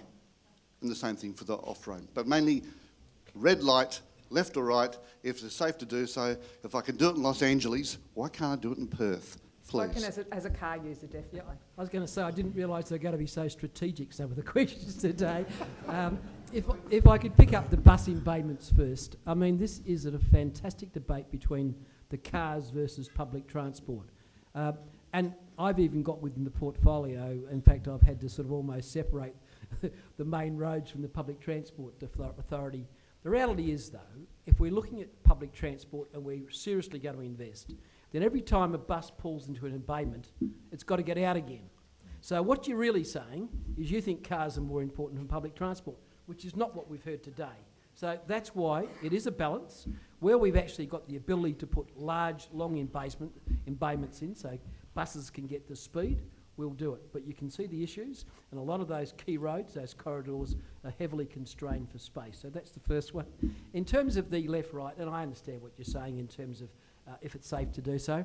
And look, we've done a lot of research on this, and so has Ausroads, and we've looked at international. We just got to, I mean, if you look at what main roads are doing, we're far more innovative in trying to actually maintain safety, but actually get better traffic flows. That is on the edge of what we can do. What we are doing, though, as you'll probably notice, if we can get side turn-off lanes, we'll do that, and that gives you some ability to do it with a give way. But it's not easy again, and I think we just need to be very careful in that space. The first time people are killed at that, they'll be asking main roads, I think, and rightfully so, did we make the right choice? And I'm putting women on notice in the room. I want to hear from you too. So Martin, and then the next question's going to go to a woman. Martin Bowman, what am I? Environmental consultant, part-time, self-funded retiree, semi-retired, whatever you want to call it. When I turn around and look out here, I see a very lovely river which has almost no public transport on it. Any comments from the panel about that. I don't believe for a moment, for example, that the wave wash issue from boats is a problem. I can't see how that can't be resolved easily. What a wonderful way to get to work. I know it can't solve congestion from Perth, but it is completely and utterly unutilised. Any comments, please? Works well on Sydney Harbour. Pascal's over from Sydney, so he says it works well in Sydney Harbour. I think this is a question that's been asked probably every forum I've ever been to in the last 10 years, and it's a good question. And we will be looking at, we're putting a new jetty as part of the stadium, and I think as part of that we should be looking at certainly having a ferry service around to Claysbrook and the Burswood precinct. But I must say, we can have romantic notions here. We just got to understand what we're talking about. The reality is that Perth's not like Brisbane, it was like Sydney. We've got low densities all around the river, and certainly the river where we can access, which is the estuarine area. And if you think about it, ferries are incredibly, because a lot of them are speed restricted, ferries are incredibly slow in terms of boarding and egress and access. They have significant issues in terms of how people would park to go to a ferry. So if you're looking for a feeder bus service, certainly then you've got the issue of what we call a sort of a transfer penalty. And even if you're not looking, and even if you can walk to the ferry, whatever we might put it, you must understand a lot of those suburbs we're talking about, the Melvilles and the western suburbs, they're actually, if anything, certainly Melville, I live in Melville, they're D-zoned, so they're actually not allowed to have any high densities. They're going the other way. So difficult in terms of patronage unless you get a transfer penalty. I think the other thing in terms of ferries, though, most of them are pretty much, if you go to Fremantle and the like, we've got pretty good train lines, and I think you'd all agree that in terms of mass transit, ferries are at best a boutique service, and we use them accordingly. So there's lots of reasons why. Having said that, they will be rolled out in the future. Whether it's public transport or whether it's the private sector's an issue, there is going to be a fast ferry service probably starting over the road in the next few months. That'll be a private venture, and they have got low wash vessels, and we have actually given them dispensation to go a lot faster on the rivers. So I agree, low wash in itself is not the big issue, and we'll see how it goes. At the end of the day, these things are subsidised. We've just got to make sure they're going to carry real people. So I investigated that as part of a study tour to Brisbane, and Reese's team organised for me to meet with the City of Brisbane, who run the CityCat system there, and they talked about the incredible densification they have done around the river to make the ferry system work. So I will note to you all that on the 1st of September our next lunch is looking at this infill issue. It seems to be that we're hysterical about any sort of infill, but particularly on the water we would get hyper hysterical about. Okay, question from a woman, please.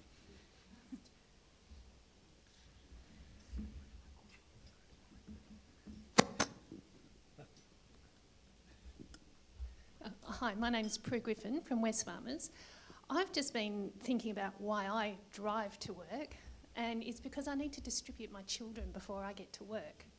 And I expect a lot of people have that issue, and that's not got to do with the roads, it's got to do with schools and start times and those sorts of things. So I just wondered what sort of planning and thought goes into that. John, do you want to lead off with that? Sure, I mean, there's any number of reasons why people do drive to work, and it's not just because it's the most convenient for a point-to-point journey. People do trip training and all that kind of thing, and that's why I go back to the point I was making about any transport strategy that allows each mode to play to its strengths certainly does not work completely contrary to the car. The cars remain very important for a lot of people, and quite legitimately so, and I think we should embrace that.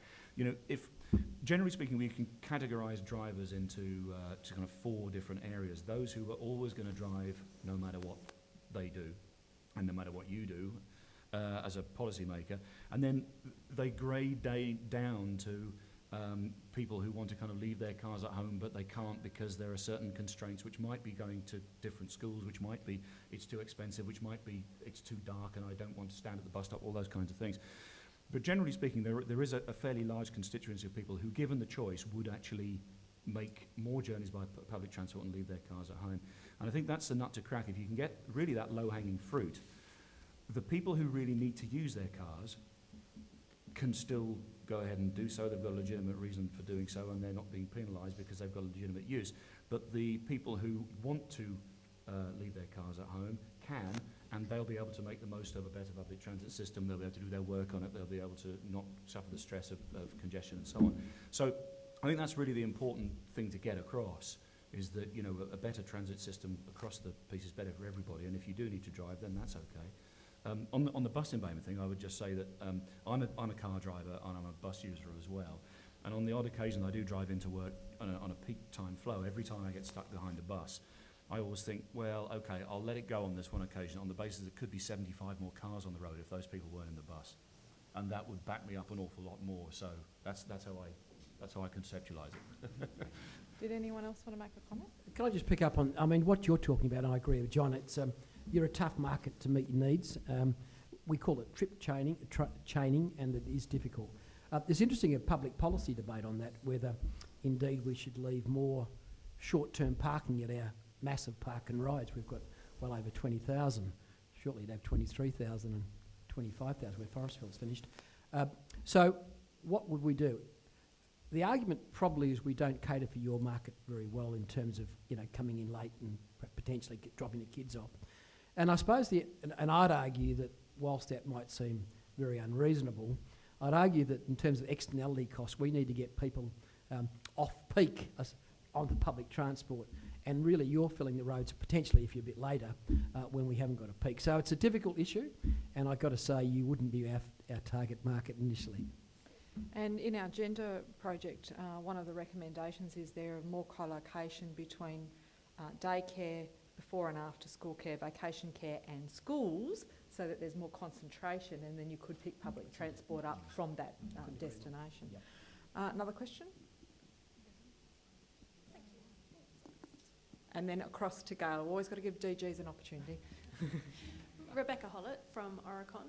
I noticed, John, in your presentation that education is a large contributor to the peak time trips. I'm not sure if it's the same in Australia, could be, but do you think trends potentially towards virtual university and, you know, the digital world we're entering into might change that, or are there other policies where you're looking particularly at the education trip generator to perhaps spread that peak? Well, I suppose it would depend on what stage of education you were talking about. So in tertiary education, higher education, then yes, there is the potential for further virtual learning. One of the problems with that, though, speaking as a university professor, is that in the same way that business people like to get together face to face because it promotes the best interactions and so on, then educationally that's true as well. At the primary and secondary level, you know, up to 18 or whatever, the school run has become more and more of a problem in the UK context. I couldn't speak in the Australian context, but one of the first things to pick up on was exactly that. I mean, the way they've got around that in the UK is by having pre and post school. The schools have actually taken on have been entrepreneurial and done that themselves. So that's one way of doing it. Another real paradox, though, is that the evidence across Europe shows one of the reasons why parents don't like their kids walking and cycling to school in Britain is because they say it's dangerous, you know, because they might get run over or something like that. Actually, the more people do cycle and walk, the less likely they are to be involved in an accident, because there's some kind of tipping point whereby drivers become more aware of non-drivers on the road, more infrastructure gets put in place that is provided for cyclists and walking trips and that kind of thing. So actually, there's education about the education journey. When we can start getting across to people that actually, if we go back to what we used to do in the 1970s or whatever, then your child will be safer. They'll get better exercise. It's about turning this cost into a benefit again, and so on. So yes and no with virtual learning, and there is a great opportunity to reduce traffic congestion around the school run, but we have to think carefully about how we're going to get people to believe that there is. Pascal, did you want to say anything about that?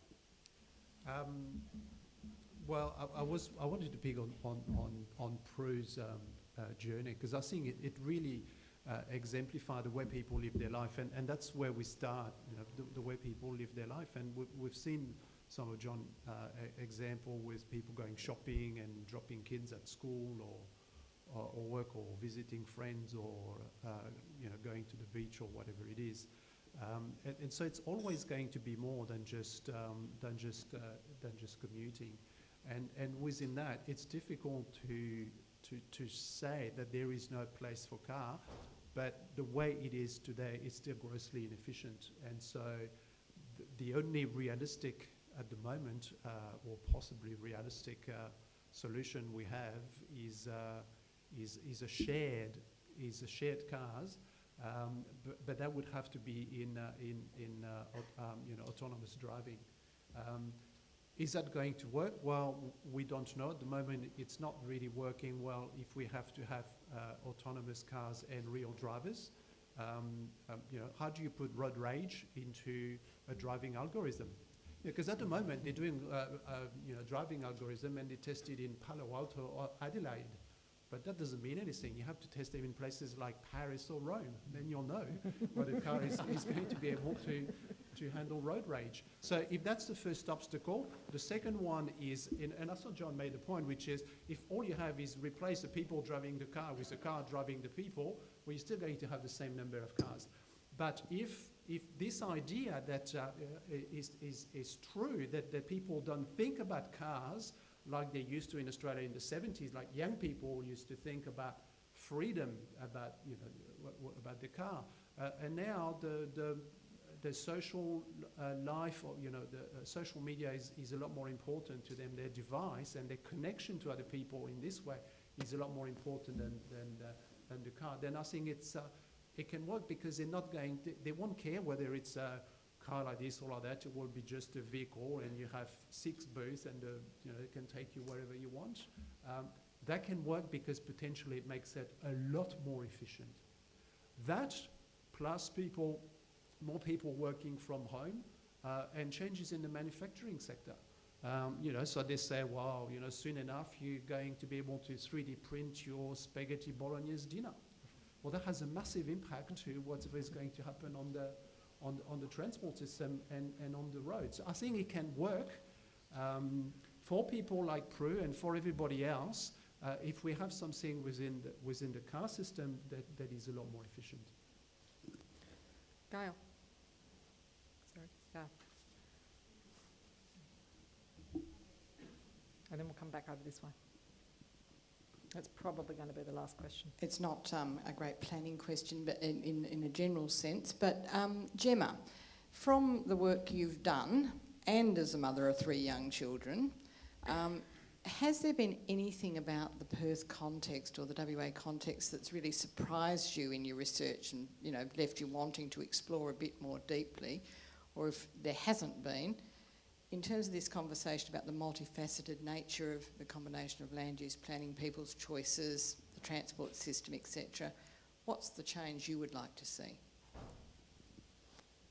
Okay, the first part of the question, I suppose, one of the things that surprised me just relates to the last part of the question, in that I expected young people to say, I want to use public transport. My preferred solution is public transport, and they didn't. They said, I use public transport at the moment because it's cheap and I have to and I can't afford anything else.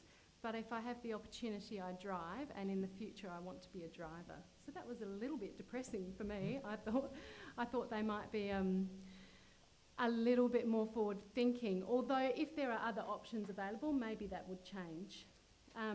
The reasons for them driving did come back though to these, maybe thinking within the current parameters, in that I would like to be a driver because my journey at the moment is inconvenient, it's longer than it would be if I drive, and it's not comfortable. So maybe if those parameters change, those views would shift. And in terms of the land use planning and spatial context, I think the jury for me is still out on those issues. I think there needs to be a lot more thought going into strategies for the future that are going to work in a private sector context, in terms of not just thinking theoretically about the city that we would like, in terms of saying, oh, we will just create jobs on the outskirts, and we'll create these centres, and the jobs will come, and everyone will be able to live, and they'll be able to, in the outer suburbs, and they'll be able to walk to work, and it will be great. We need to think a little bit more about what the private sector realities are in terms of where employment locates and where people want to live, and how we can live within those parameters. Thanks, Carl. Good question. So I think there was a question over here. So the gentleman over here. Hang on, the microphone's here. Ario Susanto with Hassel. Just building on Prue's question earlier, this is maybe for Gemma and also for the Committee of Perth. Has there been any research towards like a hybrid solution where both public transport and private car commuters actually accommodated? For example, interesting, Reece mentioned 25,000 park and ride bays shortly after Fowler's finishing. And I think that's a brilliant solution where every day I park at Thornley and I commute in. But I always think, because Perth, traditionally being from an architectural background, it's built as an urban sprawl, and it's just traditionally been this way. That from Mandurah to Joondalup, it's close to 100 kilometres, and it's spreading even further. So relying on public transport alone is going to be difficult. Has there been any research where you can actually have fringe? CBD fringe multi-storey car parks where people can park and then hop onto a frequent CAT system, which we have here in the city is brilliant. So just hop onto one of those, maybe like a multi-storey car park in Burswood maybe, and just frequently commute using that. Meanwhile, you have the convenience of taking the car down to certain spots, not just train stations, where quite often if you arrive after 8:30, then you're very lucky to get a parking spot. Thank you very much. I'll have to ask you to be really quick with these replies, please. I'm not aware of that sort of model. I think the Stevenson-Hepburn report kind of proposed something like that, really. It's only 60 years ago. Yeah, but no, I think it's been more about trying to spread that load and to focus people on public transport. But I think cars are definitely a big part of the solution. It's not just about public transport, it's always in Perth going to be a lot about cars. Can I just quickly answer that? I mean, we already do CAT services around the university area, but certainly Joondalup and Fremantle. So we do run some of those from key train stations. But I actually think there is a short-term future in this space. With the reform I mentioned about on-demand transport, you're going to be seeing a whole new innovation coming through with, boutique arrangements where people will run their own because it's so much easier to enter the market now, and it will be far less red tape. So you'll be seeing vehicles that are looking after just perhaps women drivers. You'll be looking at a whole range of people working in different geographical areas, all linked up with apps. So I'd expect in the future that we will see when people get off on a train on Saturday night north of Joondalup, there'll be a very innovative and entrepreneurial on-demand transport operation looking at road sharing. I mean, that's far better, I think, than taxpayers having to fund these things. And, we're the best cost recovery in Australia, but we're only hitting 30%. So I think the private sector should fill some of those gaps. Thank you. So Pat Walker, if I can ask you to come and give the vote of thanks. And while you're doing that, thank you to my staff who have pulled together today, to Gemma for her brilliant research capability, for Jon being willing to come to sunny Perth and do a bit more research, to Reece, all the best in retirement. I've really enjoyed working with you, and I can't thank you enough for the cooperation, particularly over this project. And Pascal, thank you for your insights into how people work, and I think that that's really been the starting point for us in this project. How do people use the city and its systems, and then thinking about the solutions moving forward. So Pat, over to you. Thanks very much, Marion. It's my pleasure to thank our speakers today. Can I say to Pascal something that struck a chord with me, Pascal, and people who know me won't be surprised with this. A very strong motivators are food and sex, and I guess one of our concerns might be in the future around autonomous vehicles, so certainly hope there won't be a modal shift from public transport to autonomous cars. Gemma did a great job, and can I also acknowledge the members on the Get a Move On committee, my colleagues, and Gemma's doing a power of good work there. Clearly, we're about midway through, the evidence base, the analytics is happening, and we certainly want to be well placed to present a comprehensive and helpful report in terms, which is always what the Committee for Perth does, and we at the RAC are delighted to partner with that. But Gemma, thank you for your contribution. The work's interesting to date, and we're still in that sort of analytics mode, so a little bit more to do. But thank you for the work you are doing and for your presentation today. John's a strategic thinker, as you can see. Someone once said anyone who can advise the House of Commons is not all that common.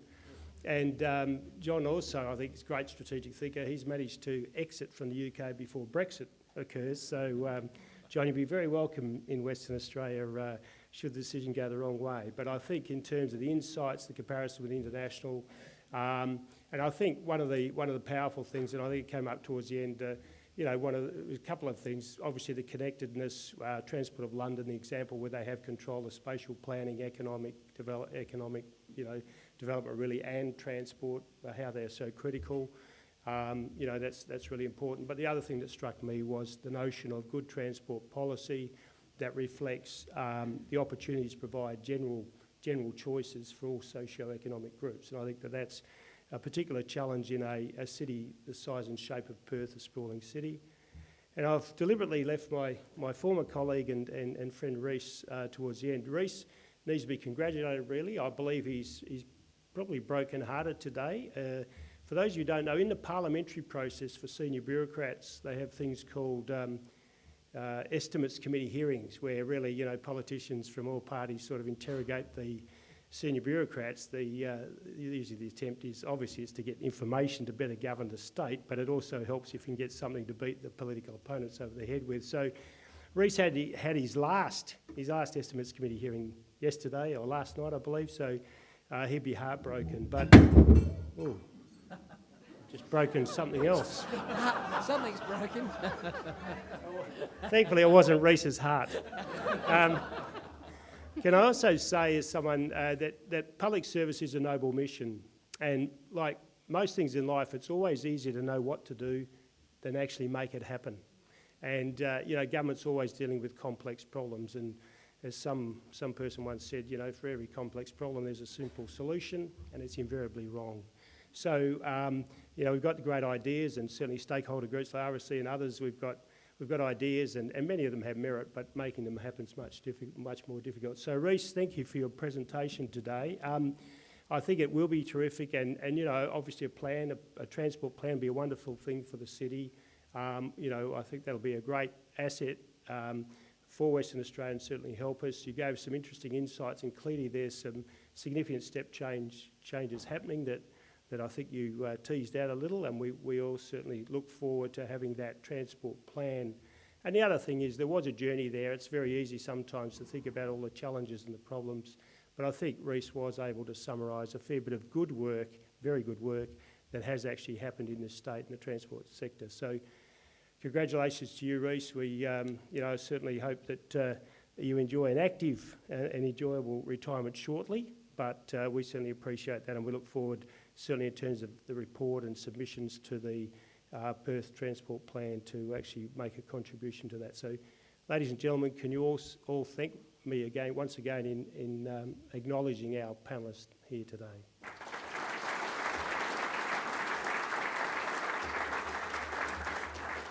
Can I also acknowledge the Committee for Perth, those present, John, the Chairman, John Longmont, but also Marion and her team for doing a sterling job, not only in the work they always do, but particularly in the Get a Move On project. At the RAC, we were very pleased to partner up with that, and there are other partners as well who are making very significant contributions. So to you and your team, Marion, thanks for the work you're doing. I'm sure, as always, it'll make a valuable contribution to the debate around Perth's transport needs. And lastly, because we all value you, please travel home safely, home for those, and if anyone is going home, and some of my colleagues suggest it's about the time I usually duck away, but that's not true. please travel safely back to your loved ones, or indeed most of us to our workplaces. So thanks everyone, and look after yourselves.